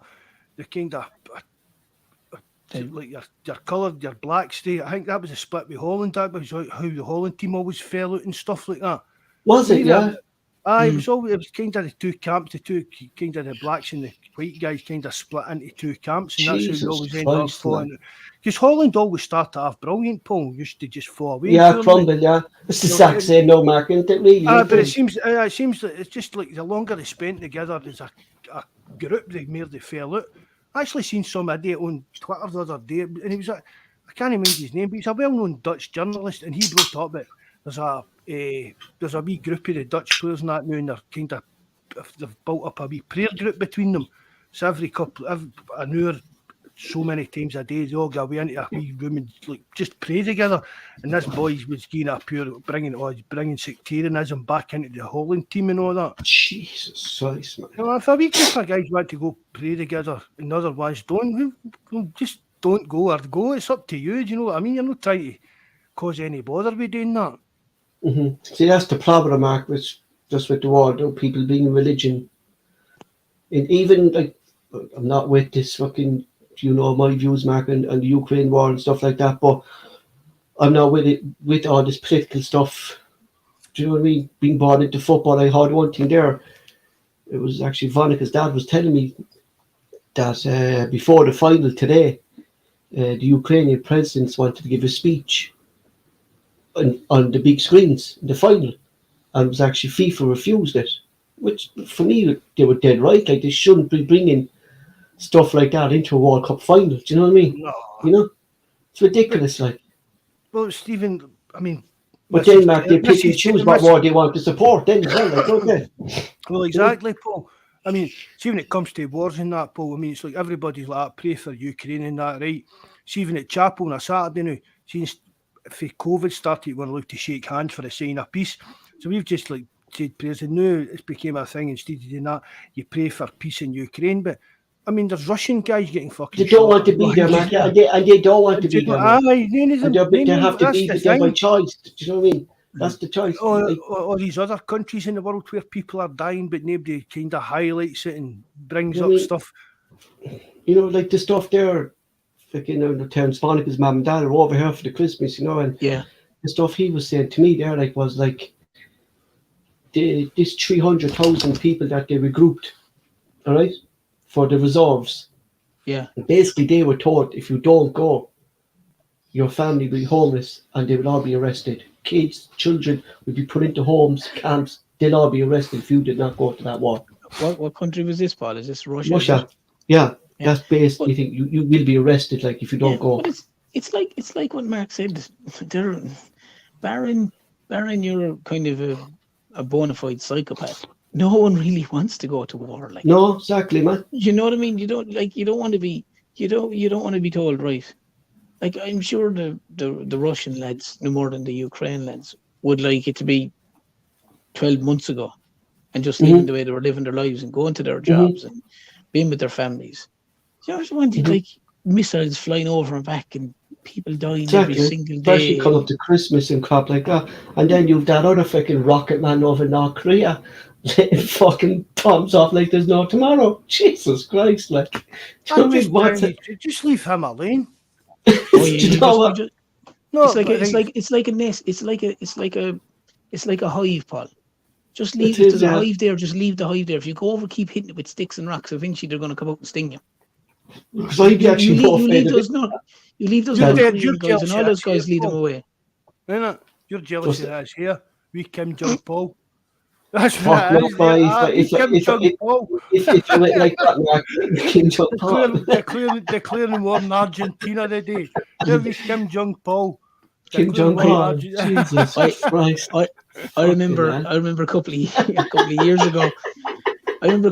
There was fancy dress in my nephew's school, and they had to dress up as certain characters. And his mother goes, "Who are you dressing up?" He wanted to dress up as the South Korean or the North Korean. My sister was like, "What? You can't dress up like him." He goes, "Grandad goes down in Trump, so." Total opposite then, like another fucking terrorist. Yeah, sure. He was only about 7 or 8. I've actually got a picture of my nephew, poor Paddy, right? When he must have been about 8. And Jack, you're sitting there. I've got a picture of your Paddy, and he's sitting there, Halloween, dressed up as Hitler. Jesus Christ. You know what I mean? Prince Harry. Imagine if you did- I've got that. I've got to put that on Facebook and all other places. Imagine if you did that now, though, with all the Twitter and all the face. You'd be slates, would you? No, but even now I'm looking at it, I'm doing that. What the fuck do you think they even doing that with that lane, man? Yeah. You know what I mean? Yeah. Yeah. You know, But that's your new one, Kim Jong Paul. I suppose that's the thing, lads. We will talk about the World Cup, but I have to say, one player who impressed me, and don't like his nation, but he impressed me, was the fella from Brighton, McAllister, for Argentina. Brilliant. That centre midfield. I thought he just through the World Cup. I thought he was outstanding, and people were slating him because he played for Brighton, that he wouldn't be good enough for this Argentina team. I thought he was one of the best players at that World Cup. You know? Yeah, he was brilliant. He was brilliant. No, in fairness. You know, his family originally from Dublin. His grandparents there from Donamead. From All right. Dublin. Well, Yeah. I suppose with the name and the whole lot, it didn't have the ring of the McAllister, yeah, Argentina, but, Donamead. He's from Dublin. Yeah, his family originated from Dublin. We found out the other day, but he's been impressive. Like he really, really has. Well, You he know? won't be. I'd be surprised. Maybe he will. Maybe won't. But he mightn't be at Brighton for much longer after the performance. Definitely. You know, him and the other fella. I thought that the Paul fella. Hello. Who's he play with actually? Who did he play? Was he playing in Argentina? Someone said Atletico Madrid didn't work. One of the lads I know who's into their football, so I don't know. But he was unbelievable. And as Marx has just alluded to there, Iman Martinez, the keeper, was unreal as well. Like, Just don't like him because I don't like Aston Villa with Gerrard being there, so just don't like him either. You know? you've got some serious issues. I know, man, but I don't know what goes on his head at times turns. Honestly, I I don't, used to man. like I used to kind of soft, but not when they hired Gerrard. No. I mean, I think freaking Arsenal could be regretting by letting him go. You know, Martinez for the fee. Aye. Huh? They let Was him your dad go. not an Aston Villa fan? What's that? Did your dad not like Aston Villa? Who? You? I don't like Aston Villa. I never liked No. Aston Villa. Not you, you're dead. No, my dad was Manchester United. All my family were Manchester United fans. My brother was Newcastle fan. Oh, sorry, Paul. Just see we were talking in emails and that years ago. There was somebody, an Irish guy, I used to talk to, and his dad was a massive Aston Villa fan. There's a lot of there's a lot of actually Aston Villa. There is a big Aston Villa following in Bobby Ireland. Sands, Bobby Sands was his the club. Bobby Sands used to support Towns, I think, wasn't it? Aston Villa. I'm not sure about that, but I know there's definitely a couple of lads who I work with, and they're all big Aston Villa fans. Yeah, I think. But I suppose you had Martin O'Neill there as well, you know. None of them were happy when fucking. Yeah. But you have to understand, you had Martin O'Neill there for a spell as well, so you know what I mean. That could have a. Was Keane his assistant then with them as well, weren't they? Aye.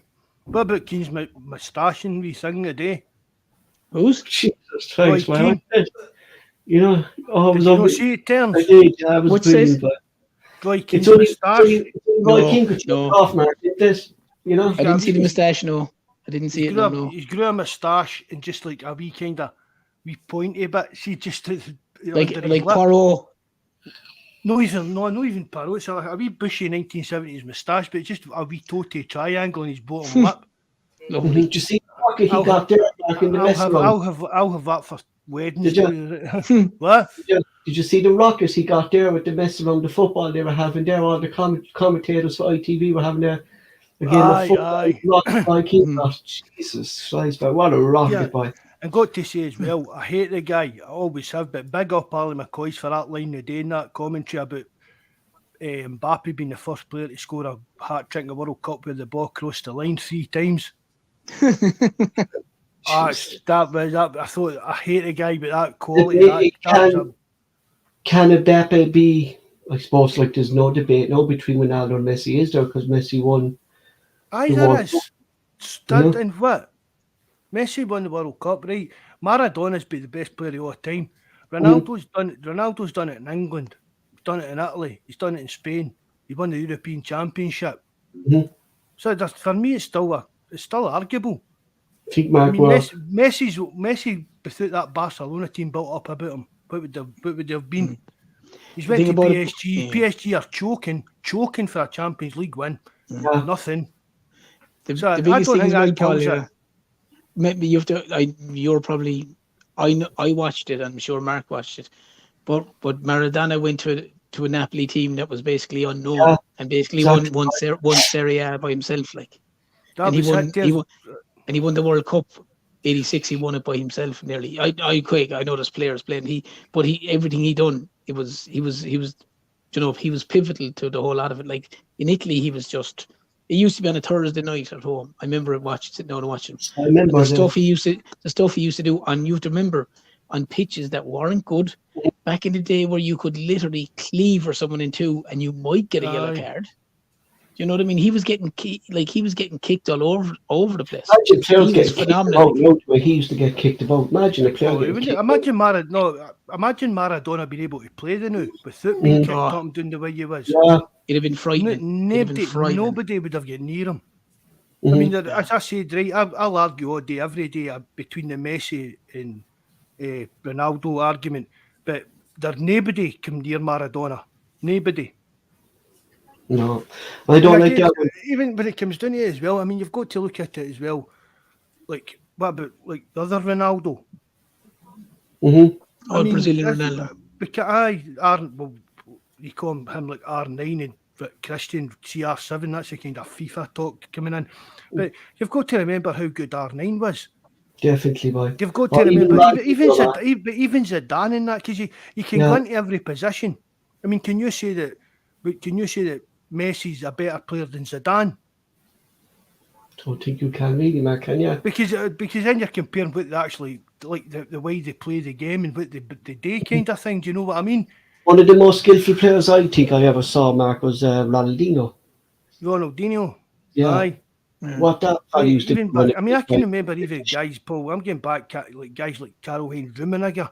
The 1980, I keep going on about the 1982 Brazil team with Zico, Socrates, and teams like that. I mean, people don't know all that Twitter today. I mean, it was. I was embarrassed with some of the tweets and that I saw about that game the day, Paul, for Celtic fans. Do you know what I mean? Some of them. This is the best game of football I've ever seen in my life. This is for guys that are supposedly watched Celtic win the European Cup, by the way. Do you know what I mean? And it was 4 years before I was born, but no World Cup final has ever touched the 1971. No, Brazil. Aye. That team. Oh my God, that team was just out of this world. The only World Cup I can remember, I can't mind the 1971. I'm just going. But nobody can get really. Growing up with legends of the game was Italian '90 when you had the likes of Scalacci and you had the big Italian team back then. You know, Baggio over there. Walter Zenga was in goal for me. He made the goal chain, goal and everything. Like you Mancini would have been playing back then, I'd say. Yeah, Mancini would have played. Aye. But Mark, this is something I said to you in the last podcast. Like, you were talking about great Brazilian teams there, like Ronaldo, Ronaldinho, and Zico and stuff like that. But that flair was gone for me now. Like that result. It was now looking more like a European team rather than a South American team now, the way they play, And see a lot of this, Paul, as well, with the kind of hype with these kind of modern players. Their Neymar. His name, I mean, really, when did you ever watch Neymar play a game of football? No, just tall, Mark. No, ridiculous. You know what I mean? It's just all to do with hype these days. That's why it's all to do with money hype. I mean, see the next World Cup final, all these guys on the telly would this is the best World Cup final I've ever seen in my life, and that they'll be saying the exact same thing because they're getting paid to say it. But that final of the day for 80 minutes was absolute fucking gash. For 80 minutes, it was right. Argentina were 2-0 up. France were 0 for nothing, and Mbappe popped up. And it wasn't 80 minutes. So how can you turn around and say that's the best World Cup final ever, the best game I've ever seen in my life, and all that part? It's just, again, this kind of modern phenomenon of everything's just got to be so brilliant. The stuff on Twitter, it's just kind of how much a pure absolute how much a dick can I make myself look at this. But like the 1986 World Cup final was phenomenal. Like, Argentina were 2-0 up, and Germany came back to go 2-2, and then Maradona's ridiculous pass to your man Burruchaga. So that was an unbelievable game. That World Cup final. I remember watching that final. For the full game terms. That's what I'm saying. The whole game from like it was end-to-end stuff. 1986 when Maradona won the World Cup. Like, I mean, Argentina were 2-0 up. They scored your man, I think it's Jose Luis Brown scored a header, and then someone, I forget who scored the next one. They were 2-0 up, and then as Mark said, Rudi Vuller, I think, or someone like, or Rummenigge scored a goal. Do you know, they scored 2 quick goals, Germany, near the end of it, and then with only a few minutes to go, Maradona's pass out of this world. But that was end-to-end football. There was chances galore in that. It was like today, as you said, that match looked dead and buried after 80 before they got the penalty.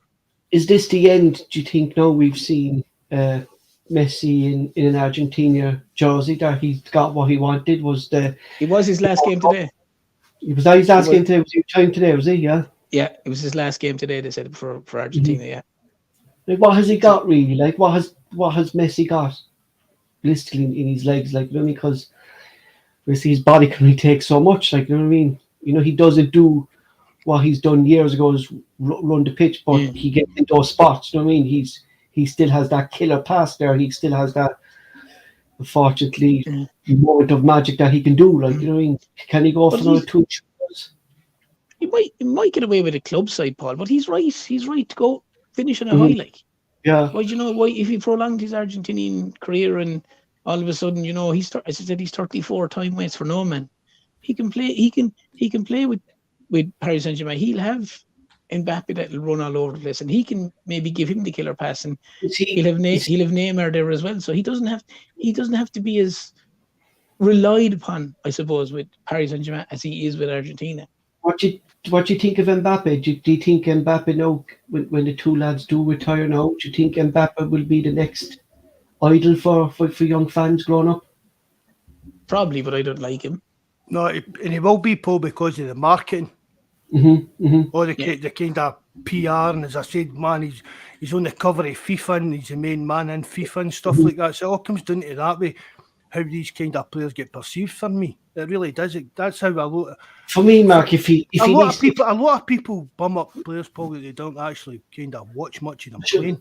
It's like Neymar for years, Mark. I think it was Liam Brady said it there on RTE. What's the one's name? Terence on the one Cantwell, is this?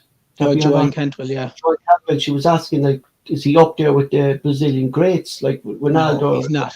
No, he wouldn't touch the likes of Socrates and Zico and these boys. He wouldn't lace their boots.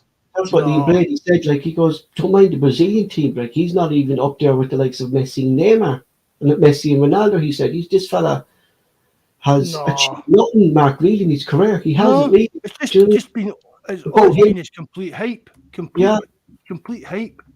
You know, and he bottled the way from Denmark for Brazil. Fancy tattoos and shit like that. You've seen it there tonight. Two of the top players in their teams, Messi and Mbappe, going up first to take it. Now, for me, it took a lot of guts for Mbappe to take that first penalty, considering he had to take 2 already. Do you know if he scored him? I mean, Oh, he's 30. Neymar Neymar's checked 30 now. Yeah, Neymar's 30 now. chicken out of a fucking penalty mark in the quarter-final of the World Cup. Do you know? Like people are saying then, he was going to come up and take the 5th one. Liam Brady said, well, if he was the main man, he would have stepped up to take that first one to get his team on the score sheet in the penalty shootout. You know, but he's done nothing throughout his career. Like, I don't know, I never liked him, Neymar. No, I've never liked him. We saw at Celtic Park there with Valson and stuff like that, throwing himself to the floor, and so I just don't like that kind of football. Really bugs me, like, you know. But it's what Mark said though, Paul. Like if you had, and to go back to it, if you had a Socrates or a Zico or or one of the Brazilian boys in the 70s today, Jorginho. they'd be. I'll say it for you, cheers. Cheers, bud. They'd be up on that. They'd be up on that pedestal because Neymar would be so far below them. Like them boys were out of this world. Like. More interested in his mother and his sister, whatever sick relationship he has with the two of them. That's a bit creepy as well. It is, Mark, the things you showed me now. It's a bit too clingy to your mum and sister. He used to go missing. His sister's birthday, he always get injured about a week before it. I mean, away disappearing to Brazil for his sister's birthday parties, and it was just it's a bit hillbilly to say. Let's just put it that way, man. Jesus Christ, man. The Celtic players in this World Cup, the likes of Vickers, I thought why he didn't play the rest of the games is beyond me, because I thought he played very well in that game that he played. The USA defence for me looked more settled when Vickers was playing there, Terence. Yeah, he played very well in the game. In that game, what he did, like, you know. Yeah, he played very well in the second game, but obviously the coach there has his first 2 picks, so to speak, at the centre back position. But it was just on one side, it was disappointing to see him not play the third game, and on the selfish side, you're going, Grant, he won't get injured. Aye. You know, and that's been the God's honest truth. Kind of going. That's Vickers. I mean, Paul, I tell you that was one of the things he was worrying about, where he was going to get the team. Exactly. So he's getting there, sir. Now the next step in his kind of career is to become like first choice for them. He's had his wee sniff at it. He knows what it is. So now the next stage, so now the next point in his career is get in, make yourself your first choice pick for your national team. Exactly. That's what I thought as well with Yasser getting called up to the provincial squad for Portugal. At least he's actually getting noticed. Aye. That should give these kind of players a wee boost. Exactly. You know, it's starting to come, because a lot of international players now aren't playing in the big leagues. You know what I mean? And the likes of Yasser now and Celtic play, like look for us, like Ivanovic, they're playing in the semi-final the other day, like, you know. But it's imperative though, Paul, for to keep those players and for them to stay in the club. Celtic need to be playing Champions League football. Champions League football, because that's where they're going to be seen, even for the international teams, because you have a lot of managers kind of, you know, fobbing off the Scottish League. So they'll be judging a lot of their situations. They'll be looked at slightly in Scotland, but it's how they're playing in the Champions League.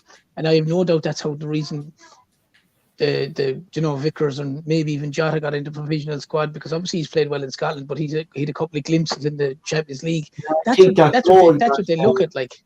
That kind of Jota might have scored in the Real Madrid game in the Bernabeu, might have caught the attention of the Portuguese club. Well, he's gone now. What's his name? But you're not just going to. I know that. No, aye.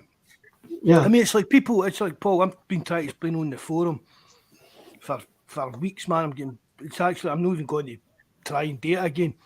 Juranovic's price hasn't gone up any great amount because of this World Cup. So, Mark, contracts and negotiations will start months, kind of. Aye. I mean, if a new team comes in for him, Celtic can maybe put a couple of million extra on him. But his agent's been talking to teams for months. Yeah. But how much do you think he's worth, Mark? Well, I've said, see if we could get 12, 15 million for him. I'd be delighted with that in terms. But can I personally think Celtic shouldn't be accepting anything less than 18 million for him. And I'll give you my genuine reason for this. If you look at your man, if I have his name right, is it Calvin Bassey, the Rangers guy? Aye. He went to Ajax. What was he judged on? He wasn't judged on Scotland. He was judged on their run in the Europa League. They got to the Europa League final. And that's, I have no doubt in my mind, 90 to 95% of his assessment was judged on how he played in the Europa League. Not in Scotland. Now, if Juranovic has played for Croatia the whole way through and got to the World Cup semi-final and was a standout player against Brazil, why isn't he worth the same value as Calvin Bassey, who got to who's basically, in my opinion, was judged on the Europa League? That would be my argument. No, Mark, that would be my argument. No, I know what you're saying, Terence, right? But I mean, I don't know the ins and outs of the actual, how much actual money Rangers got up front for Bassey, how much in his add-ons. But he's 22. Add-ons, I think. But he's 22, Terence. Okay, fair enough. I think that they've got to look at it for that. Juranovic, 27, nearly 27, 28 nearly. Well, I do think Celtic should be definitely looking at 15 million at least for Juranovic, in my opinion. On that performance, on the performances he gave in the World Cup, they should be looking at 15 million from. It amazing though he's never got picked up before Celtic, like being in that Porsche league. Do you know what I mean? It amazing he never got kind of looked at. But sure, Paul, you could say that about look at the display on some of the Moroccans. Yeah, exactly. The guy. I don't know what I won't even attempt to get Michael on to say the names, but the lad, he was the ball fella in the kind of holding midfielder role. He was outstanding. But where's he playing? He's not. There's no doubt. I've no doubt he's not playing on the top side. I think if Morocco, do you know what? If Morocco had a decent striker, they could have went that one step further. I think that was their only kind of really don't like. They were outstanding in their game plan, defend the ball, gain possession, and just the striker left them down. Terence, didn't this? Yeah, that guy in the whole midfielder, and there was a thin lad in the midfield, and I think he was a number 8 or something. He was absolutely out. He was outstanding. They had 2 or 3 fellas that were outstanding.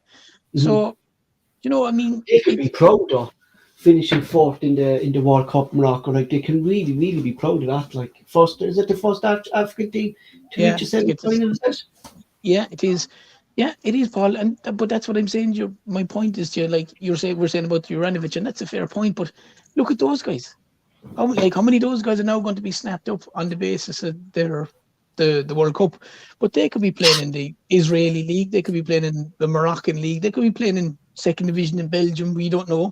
Like the Moravcik who was playing 2nd division in France.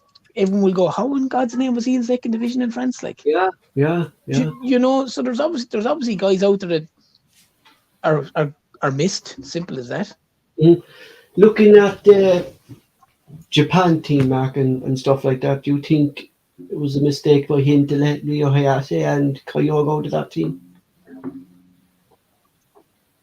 Nah, not really. Not in Kyogo from at the moment, but would you think Hayase maybe? Oh, maybe Hayate, but as you said at the time, Paul, he's a manager. He lives and dies with his decisions, and he done better than expected. So he did. You have to be fairness. Do you know what? Was he right or was he wrong? He was right. And we think, Mike, we're after getting some gems in Maeda, Kyogo, Hayase, no, maybe this new fella, Kobayashi. But looking at that Japan team, Mark, can you imagine what players are actually in Japan that we actually don't know about yet? You know, that haven't been noticed. I say there's a wealth of talent in that country that we don't know. Japan. There's no penalty takers there now, to be fair. There's no penalty takers in Japan, but there is. Jesus Christ, they were shocking, Terence, aren't they? Shocking. Well, they were pretty dire, but I'd be the same opinion as Mark, Paul. There's the manager I'd say made the right call. He's still quite young. Like, I agree with you. The reason I was asking was because with all the hype faking at the time, why is he letting know Hayase and Kyogo? Like, do you remember Celtic fans all over Twitter saying why not Kyogo? Celtic fans, Paul. Yeah, I thought that's the key. That's the key. Well. You know, and Celtic fans, how know this, how know that, but probably people understand Japanese football. I mean, that Horowitz guy, he explained it. It's because of the way the guy played. So you can't. But did they pick rank when it came to penalties and stuff like that? Do you know what I mean? But you can't fault what he done with the team throughout the tournament. Mm-hmm. So he made the right decision. Right choice. He did. Aye. He did. What about Aaron Moy for Australia? Did well what he had to do. Mm-hmm. Do you know one player I was actually impressed with, and he was in our books, was the lad Orvoy. I'm actually very impressed with him, to be honest. I thought he's not the most fucking gifted player, but my God, he went in for tackles, and that lad suits a mark.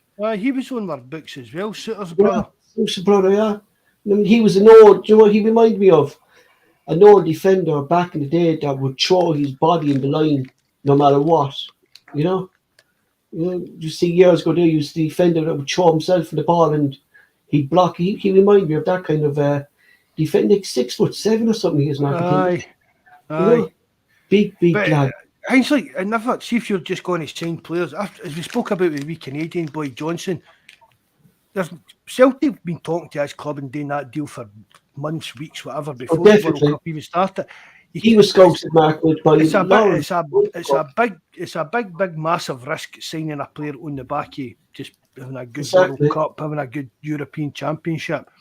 I mean, it worked with Harn when Martin O'Neill, before he even took up the job, he was at Euro 2000. He was spotted at Vilharn and was signed to, but it worked out. But there's lists of players going back to El Hadj Diouf when he went to Liverpool, Karol Paborski. There's a list, you know what I mean? It's no good scouting if you're just picking players to sign off the back of a few good games at the World Cup. Mm-hmm. But the problem is some of the teams have so much money, they can, especially in England, they can throw that risk at it. Because for argument's sake, if they're trying to sign one of the Moroccan players, for argument's sake, it might only cost them 6 or 7 million. You know what I mean? If he's for argument's sake, suppose he's playing in Israel or something like that, it might cost them 6 or 7 million. Do you know what? That's not even a drop in the ocean to them. They could pay 10 million, and if it didn't work out, it's all the one to them. Like in some of the sides. Aye, I know what you mean. Terms, it's kind of levels, but no many of them work out over the years that I can remember. They really don't. As I say, when Man United signed Karol Paborski after Euro '96, the only 2 words he knew in English was "aye, boss." Alex Ferguson was saying things to him, and all he was saying for weeks was "aye, boss," and then he wasn't doing what he was telling him to do, and he didn't know why, and that's what it was. He didn't know what Alex Ferguson was actually saying to him, and all he knew was to say back to him was "aye, boss." Jesus Christ. And I know, I mean, you're saying it, Terence, but I mean, I think it was maybe about £4 million back then or something like that. But it tore up the Euros and everybody was excited about that kind of signing, and it just bombed. Mm-hmm. And I know, because didn't you man Jensen or something from the Danish crowd when they won it? He went to Arsenal as well or something. Is it Jensen? Is that his right name? He went to Arsenal as well after the Euros as well, the guy with the fuzzy hair and the tasher. I mean, who you're talking about now, Jensen, aye. Yeah, he went to Arsenal after the Danes won the Euros, the time they came in because Yugoslavia got kicked out. Aye. You know, so but I get your points. The likes of Celtic couldn't risk. Well, they wouldn't be able to afford some of them, but they couldn't risk others. You know what I mean? Just on the face of having a couple of good games. Aye, it was just on Twitter and stuff like that when Juranovic did another £5 million on his transfer fee and that. And you're like, why would you go? Why would we could demand that, Mark, if a new club kind of came into the agreement, though, couldn't we? Could we do that if we're kind of negotiating with a club? Aye, you can't turn around and say, right, he played well against X, Y, Z, played brilliant against Brazil, but he was shite in the next game. But so we'll take $2 million for the 3 games. It was good. We'll take another $1 million for the Brazil game, but we'll knock £500,000 off for that other game. That's the way Celtic fans seem to be looking at it on Twitter. Yeah, I'd be happy. As I said in the forum, Paul, so what? So should Celtic be going there now and looking at the German players and the Spanish players? Because their values have crashed. That's what I was asking, Mark, yeah. If Juranovic's value soared because of the World Cup, surely all these Spanish and German players' values have crashed. The Germans... It's just my next question to you there, like, is German football in decline by that performance by that German team in this World Cup? You know, there seems to be no standout player there, like, no superstar there anymore, does there, Terence? I know, but realistically, there's only generally two big sides in Germany. Yeah. Like, there's Munich and Dortmund. And Bayern Munich buy up every single player then that's in that league that has any bit of talent, and he might get into that Bayern Munich team then years later, Terence, either. Yeah, exactly. You know, so I mean, it's like it's counted as one of the big leagues, Paul, more so to do with the fact of the hierarchy that's involved there, which are Karlsheim, Rummenigge, and Beckenbauer. The numbers and of these viewers guys. as well. The numbers of potential viewers as well, Terence, innit? Yeah, The TV but there's audience. realistically only the two big sides are Dortmund and Munich. You know what I mean? I don't even class Dortmund as. I'd put Bayern Munich head and shoulders above Yeah. Dortmund, to be honest. But what do you think? They probably would, Mark. But I mean, It's like PSG. the two sides. It's like for me, aye. Do you think, though, Mark, that's the problem? Sides, it's probably them. Yeah, is that the problem, Mark, with the German team? Is something that, remember, you said it to me. Bayern Munich will buy up any talent or any young talent that's suspected as going to be the next top German player. They'd buy him from the rivals. And 9 times out of 10, they might even get to that level, Mark. Is that the problem with German football, that Bayern Munich are picking up these players? See, I know this maybe sound a bit controversial and maybe not come out right the way you mean it. See, for me, Paul, Bayern Munich are like the Celtic Germany, and Rangers are like Borussia Dortmund. As in, every now and again, Dortmund will pop up and win a league and do this, do that. But see, long term, no German team's ever going to get near Bayern Munich. No. As I said, there'll be the odd leagues, the same here in France. Do you get what I mean? It's PSG. It's just there's a team just below them, but they're just not at that kind of level. And Bayern Munich are one of the biggest clubs in the world. There's no getting away from that. Definitely. And as I said, they're just the only reason to get involved in this kind of big five talking all that is because of the actual audience size. That's basically what it is. The amount of money that gets about German football and stuff like that, and the size of Bayern Munich in that circle. But no, it's just a lot of the leagues are becoming that way as well. Like if you took the Celtic players out of that Scottish team, Mark, they're average players, really. Like, I mean, they've been average international team that, to be honest, mightn't get much results. No disrespect to Scotland, like, but if you took the likes of Callum McGregor out, fucking, like James Foster has been playing, Ralston out, or the big names we had there, Mark, in the Scotland teams, like Ryan Christie, when he was at Celtic. If we took all these players out, would Scotland be any good? The pish as it is, Paul. How can do you mean would they be any better? Yes, I suppose. I mean, really. I was trying to give Scotland there a bit of credit there, like, you know. Jesus. I'll be totally shocked if Scotland qualify. Well, no, in saying that, the numbers haven't up for the next World Cup. 48, I think. Yeah, just one thing I wanted to ask Tuvi actually about is Scotland will probably fuck it up, I know, to be honest. This new thing that he talked about that might be happening in 3 or 4 years' time is this Club World Cup. What's that all about? Well, that's that thing, Paul, like if you win the European Cup, you go and play in it and stuff like that. That's that World like Cup different Championship. Aye. All different teams from the continents. Does they play each other then? Is it? It's like Australasia and South America. Australasia and South America and some other place. Jesus, what is that? It was just the European Cup winners played like South American version of the European Cup, wasn't it? That's what it basically was for years. And now they're just expanding it for other things. Just mere money in that. But is it not fair then on the, fucking players themselves? Like, there's already too many games in the calendar year terms between internationals, European games, cup games, League Cup games, your own league.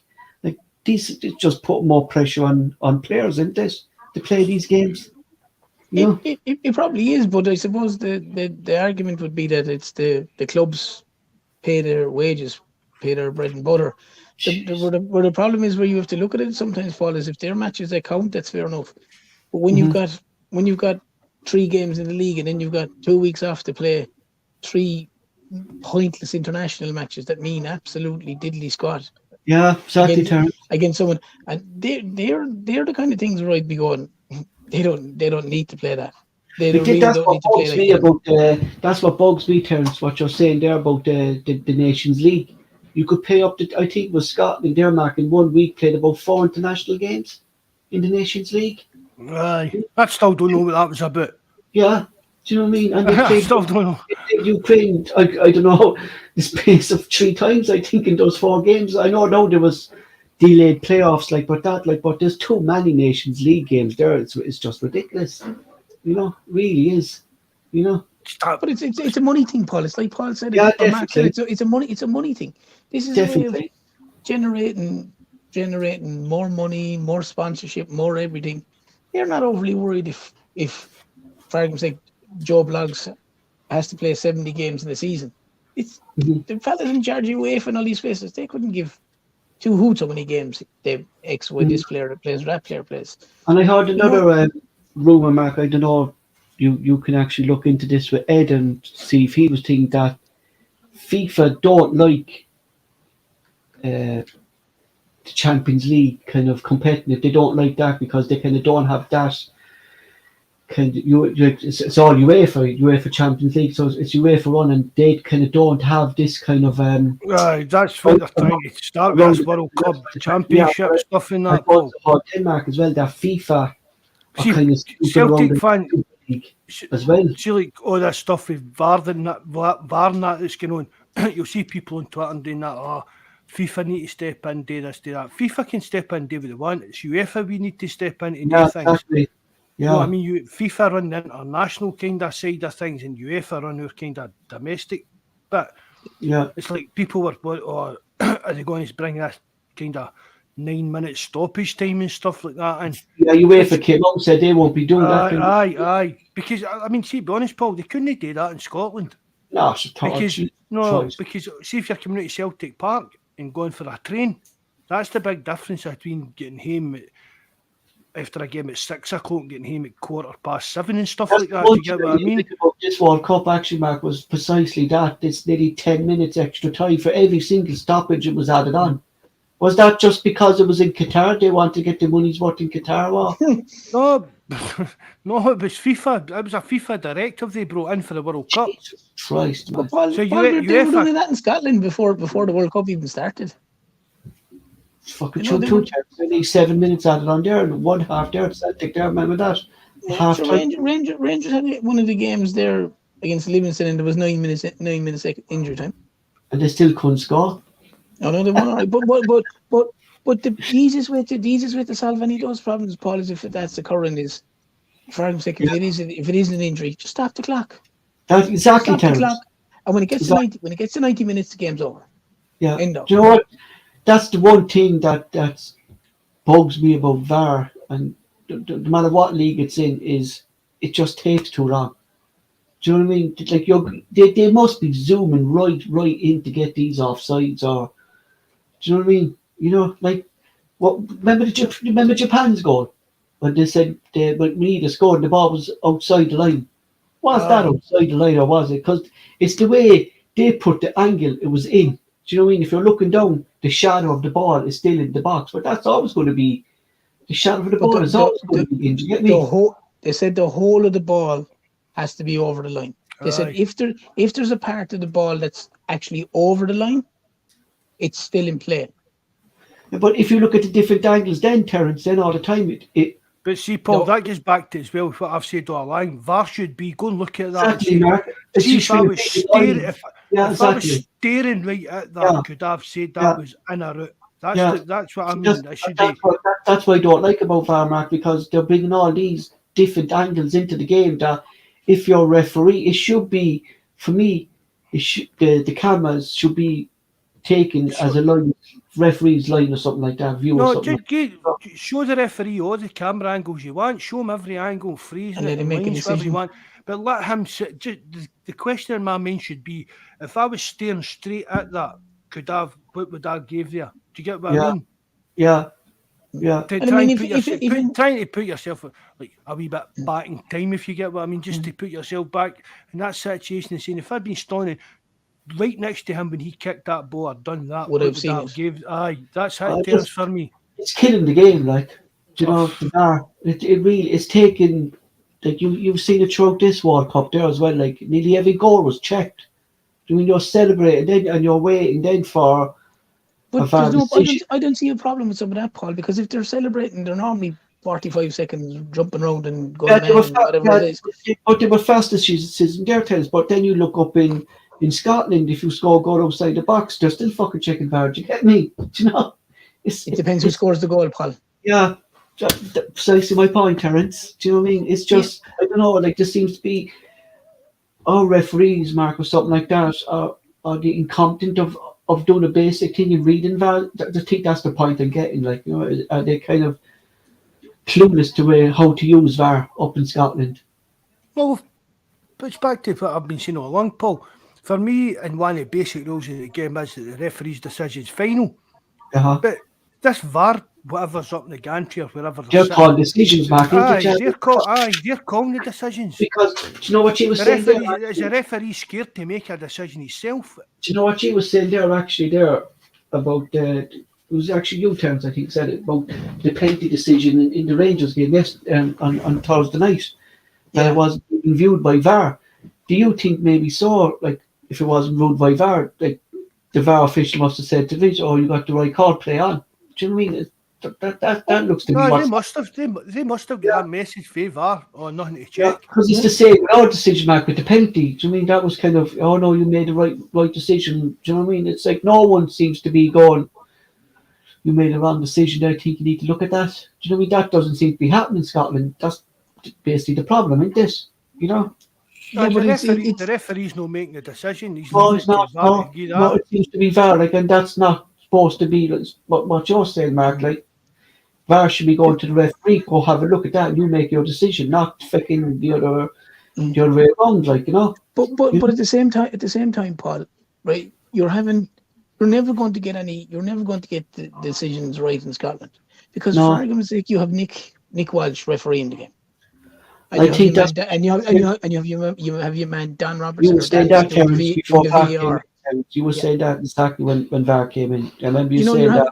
You can have all VAR all you want, but if you have the same people that are doing the refereeing and they have been the same level they've been before VAR, and now they're up in VAR, all they're just doing is basically bailing out their buddy on the pitch. And they're going, oh yeah, no, that's a goal. That's a penalty against Celtic. No play away. That's fine. So the referee on the pitch is going. He's the handball, the Hearts handball. You see him up to his ear, looking, and next minute he's waving away.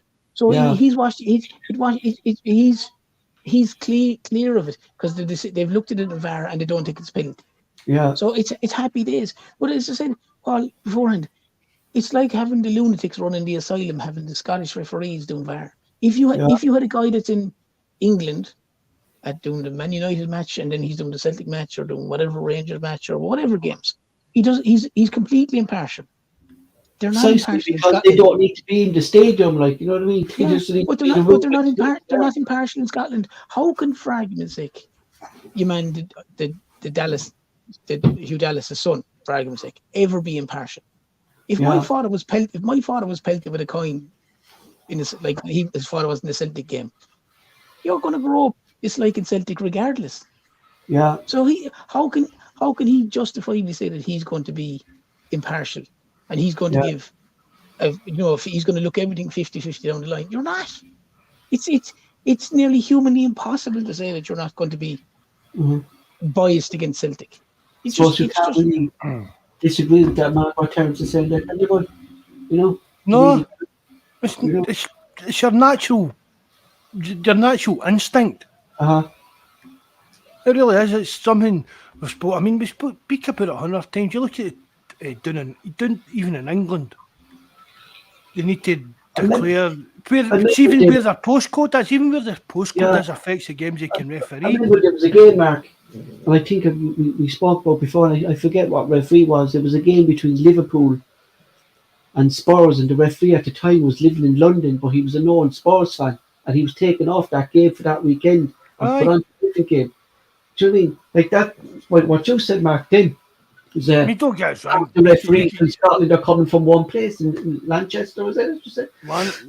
Lancashire. Lanarkshire. Aye. I mean, there's no referees for like where Mikey and Jonas stay out Dundee way or up the north. Or maybe I think there's one for up the north of Scotland, up the kind of Aberdeen Highlands way, but the majority of them all come across kind of for the Lanarkshire belt. And it's something that. I mean, we spoke about this, Paul, before we started podcast. Actually, Pascal, Mark, we did, yeah. And the same issue even with VAR, do you know what I mean? Even with VAR. Even with VAR, the same problems are still coming up week in and week out about the standard of refereeing across the board in Scotland. But as I said there, Paul, I use that example. The Nick Walsh guy, the Rangers guy's training in the school.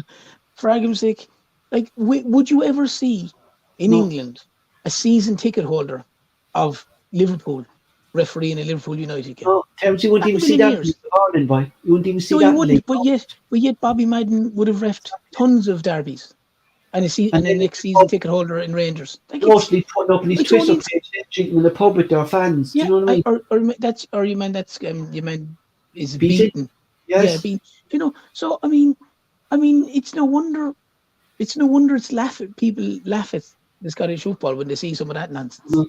You're looking at it and you're just going like, there's no way a referee, if he's a certain way, if for argument's sake, you mean Bobby Madden was a Celtic season ticket holder or the next season ticket holder, there's no way he can not be biased towards Celtic. The same way he's a Rangers season ticket holder, there's no way he can't be biased towards Rangers. It's just, to me, it's not possible, because if you're a season ticket holder, you're a diehard fan. I know he had to probably relinquish it when he became a referee, but that doesn't relinquish. He still supports the same club, like. Just looking there. Sorry, can go on? No, go on. You're fine. I was just saying you can't be. It's something. It's a kind of cancer within Scottish football. But it is. Yeah, it's a bit of a minefield, because, I mean, let's face it, we know what it comes down to between Celtic and Rangers when it comes to Scotland. You've always got one or the other. Even we talk to fans for other teams, but also, we hope you beat them in that. Do you know what I mean? So yeah, it's a bit of a minefield when it comes to the landscape of the Scottish game. So again, Paul, as I've said, go to UEFA, get UEFA to sort refereeing out. Right. But you look at Willie Callum, then anytime he gets a match then with them, they complain about it, and then he's never seen that eye box again. Aye. Do you know what I mean? But in saying that, Paul, right? And I am by no means backing them, but they open their mouth and they get a reaction. That's what I was going to say. That's what I was going to say there, right? Celtic don't. That's what I was going to say. With Bankier stepping back and Peter Lodge stepping into this role, Mark, as chairman, do you think he might start saying stuff like that? You don't think he can really say it when he was CEO? It's really not the CEO. No. It's like the chairman and stuff should be doing. Can you see him? No. Getting this stuff? No, I can't either. No.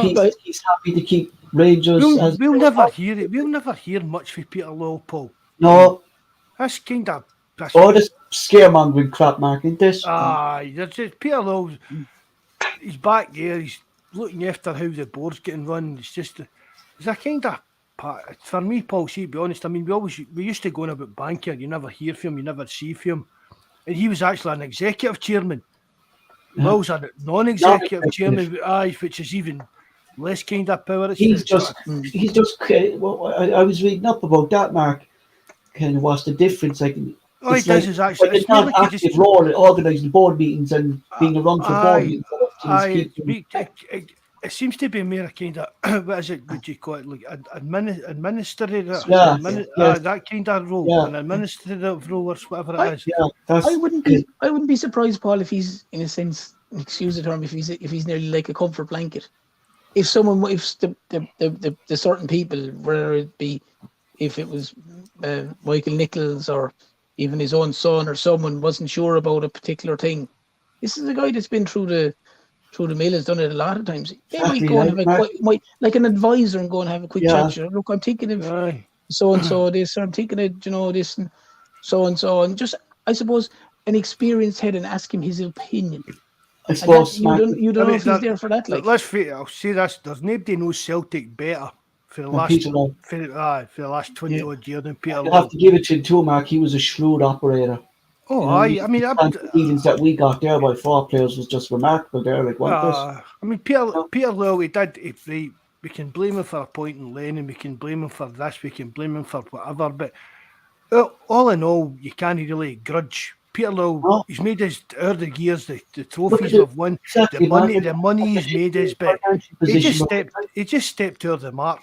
And I think probably maybe when he's a wee bit older and retired and writes his autobiography, I think maybe Peter Lowell maybe sometimes I did step over the mark. But I always wanted the best for Celtic because of his dealings, Mark. And I know there was bad dealings, and there was a lot of bad signings, but the ones he got good and the transfers we got, it was because of where he did his stuff, Mark. We won part of getting that loan in COVID. Do you know what I mean? That we kept the club in a good, healthy position where we are today. Do you know what I mean? Well, I'll say this: we wouldn't be where we were today without Peter Lowell. We could have been further. We could have been further. We could have been better. Yeah. We could have been further forward. As I said, when we declared run all the elite titles and stuff like that. Wanted to neglect the Champions League was his kind of only downfall. It was if he never had a kind of bigger vision than just being in front of them. That was kind of the thing you always kind of go with. I mean, we should have been like. Imagine we won 9 league titles. See, even supposing imagine we even get like 4 Champions Leagues out of that. What did we get, Mark? 1? Was it 1 we got out of him under Brendan Rodgers? I think 2. 2 was it? Aye. But imagine with 4 or 5, like just even if we went into groups to get pumped, but just even the money. Yeah, but we could have been like Gent, Mark. Do you know what I mean? I mean, 4 or 5 Champions League monies while you were there with the doldrums. It buried the other club. It never. But it just, I don't know. That was always one thing I had. I mean, he was ruthless. That was one of the things I always hold that against him. He was ruthless in his business, apart from with him. That'll always piss me off about Peter Lowell. Yeah. He should have been as... Can you imagine? I mean, look at David Murray. When David Murray was in there, we were on our knees. David Murray didn't give a flying fuck for Celtic. Oh, he wanted to borrow us, Mark. Aye, definitely. Yeah. And Peter, that is one of the things, apart from Neil Lennon, not even an appointment, but the Neil Lennon extended appointment. Yeah. That and the fact that he just wasn't fucking as ruthless as them. Did you see him on Twitter there, Mark, the other day? He got asked that, he put up a question and answers, and the fella said, did you really get offered the job in the shower after the cup final? No, that's not true. I didn't get off the job in the cup final. I said it was tongue-in-cheek, to be fair. That Twitter account is a complete embarrassment, by you. It is, man. It is, man. But you know what? You just have to read what it's coming out with, though, don't you? Everything's about Neil Lennon, what Neil Lennon did for the club. Like, it's fucking brilliant. And the only time was stopped when he had that job in Cyprus. Aye. You know? Did you know as well that there's a 10% sell-on clause in Jovanovic's deal? Would have been aye. Yeah, that's kind of done deal nowadays, Paul, to be fair. So, like, if we get 15 or something like that, they get 1 million or something like that, is it? Or 1.5, something like that, is it? 1.5, I suppose, if it was 15. That's profit. It's a profit. So, what did they pay for? It'd be about 6 million, so give or take. If it was 15, what did they pay for? 4 million? So it'd be 11 million. It was only about 2.5 we paid for him. Yeah. Okay, so whatever. Say for argument's sake, whatever it is. It's about 1.2 million. But that's good money, Mark. Then to Lega, you know. But it's good money for Celtic too, Paul. Yeah. I mean, let's face it. Would you say Juranovic is our first choice right back? Really? At the moment, Mark. No, he's at the moment you can't like because I was always saying the benefits. I didn't see the game yesterday, but what you were in here a poor game, but it's actually But not often I've been having a poor game. But do you know what I mean? It's not often everybody's poor games, but I mean, really, for Ivanovic came in, would you say that he's actually stamped his mark on that right back position? No, he hasn't, Mark. He hasn't this season. No, he hasn't really. This is the best I actually seen Ivanovic play in a long time, and it was for Croatia in this World Cup. Do you think maybe his seed went down because he didn't I get think so, Mark.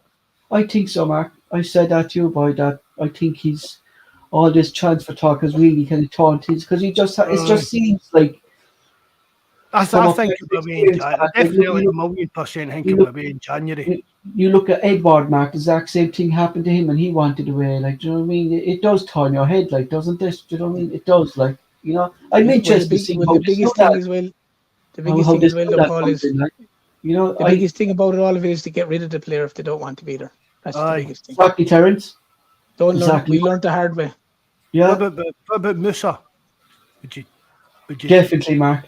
If there was a choice for us to take him on loan till the end of the season or anything like that, boy. Oh boy, would he come back though, Mark? Would he come back though? I don't think he would though. You know? I don't know, Paul. His career's no went the way. No, and you know what though, Mark? He still has a lot of love for Celtic as well on his Twitter page as well, like, don't he? Right. And here's the thing, right? So you've got a chance of signing Dembele right in January for £5 million. That's well within Celtic's budget, the £5 million. What's his wage demands? Say, Mark, I say he'd be 50, 60 grand a week. And coming now, yeah. You know, can we do that? I couldn't do the maths in my head, know, Paul, but if you're buying a guy at £10 million on 30 grand a week, and this is going back to what I've said, Paul, about the wages we pay.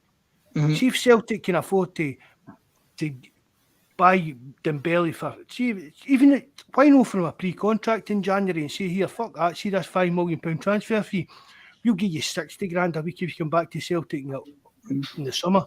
So what's that, every 240,000 a month? Right, the transfer fee there. That'd be right now, 6, 12, 18, 24, yeah. So Fargus like 240 grand a month times whatever, to even 10, 10 months is not even 2.5 million. Right. That's nothing really into terms. No, so you're looking at probably the bones of 3 million or so in wages, give or take. If my sums could be wrong, but roughly around that, I think, a year. Yeah, it's exactly that. I mean, if Dembele was there the other day, he'd have had a hat trick. Yeah, that's the difference. But I said, Mark, if all the players, I'd like Dembele and see him in Ange's squad, wouldn't you? Oh, brilliant! I mean, it's like Paul. Live off these chances, Mark. That work great now. It's like that. The big boy for who was the big boy for the French boy for Leipzig? I really like that in Concu. Oh, in Concu, yeah. I mean, him that in. That Murdoch, was that the other guy in the Champions League get ripped us apart and that. I mean, for me, Dembele would be different class in the Celtic team now, a million%. And that's what I'm talking about. Look at a player, right, we don't get right. See, supposing it's just the transfer fees they're kind of, really transfer fees now. All they come down to really these clubs trying to balance the books. And Mark, we need to up our transfer because of all inflation going around anyway. The transfer fees are going to be that price. Do you know what I mean? Aye, but just pay the wages for a player. Do you get what? Pay the wages rather than the actual transfer fee. Instead of signing 3 players, Mark, on 30,000 a week. Do you know what I mean? We could get them better there and a top class player for. Aye. That's nonsense about I'll upset the squad and that. Well, how the players of the world walking into a dressing room, oh, that's me getting 800 grand a week, and you're on 200 grand a week. Get it up, yous. Nobody bother. Players don't bother backside with that. But it's like you said there, Mark. If Celtic bought a player for 10 million, for argument's sake, and you're looking at the Dembele one, and they were paying him 30 grand a week, whatever it is. If they got Dembele for 5 million, and it was 60,000 or 60,000 a week, it'd probably be cheaper than the guy who's 10 million and 30,000 a week. Exactly. Like, lads, I have to head off. I have to collect Vonica's mum and dad there. Pulls away to watch a replay of his royal wedding. Watching Absolutely scunner. He's away to watch Princess. He's away to watch The Crown. He's away to watch The Crown. Why are they actually going to do that now that she's dead? Are they going to fucking continue with that? Or what? That's the story. Are they going to fucking play? She's not dead yet. She's not dead in that yet? No? Jesus Christ. I don't know. How do you know for not watching it? Jack watches it. Are you watching? Jack watches it. It's actually alright, man. It doesn't make him look a good light terms. But that's where Paul's away to watch The Crown. And Staggy's Diego Maradona pillar. Curse off Mikey. But make sure Paul take off the English jersey before you go outside the door. You know what I mean? No, should I let that on, boy? Yeah, should I let that on? No, but the next thing's going to be I'm going to get a picture up. Apart from the man bun, have you ever watched that? The Brothers Grimsby. Oh Christ! That's your next hairdo. That's you, Paul. It's the fucking most stupidest show that was ever made. Ain't it? That Brothers Grimsby, ain't it? Jesus. The thing with the elephant was a bit mental. But that's you, Paul. That'll be you next. Your wee boise bus hairdo. Get rid of the man bun, your wee boise bus hairdo, and your England Paul. My shit. Right, lads. That's it. Thanks to Terence as always for joining us. Thanks to you guys in the live chat. Mark, we'll close the show. Right, thanks very much, Paul. Same to you, Terence. Always good for you to go on, mate. Everybody that joins the live chat, hope you enjoyed it. Remember, share it, hit the like button, and leave a comment if you know how. Hail, hail, good night, and God bless.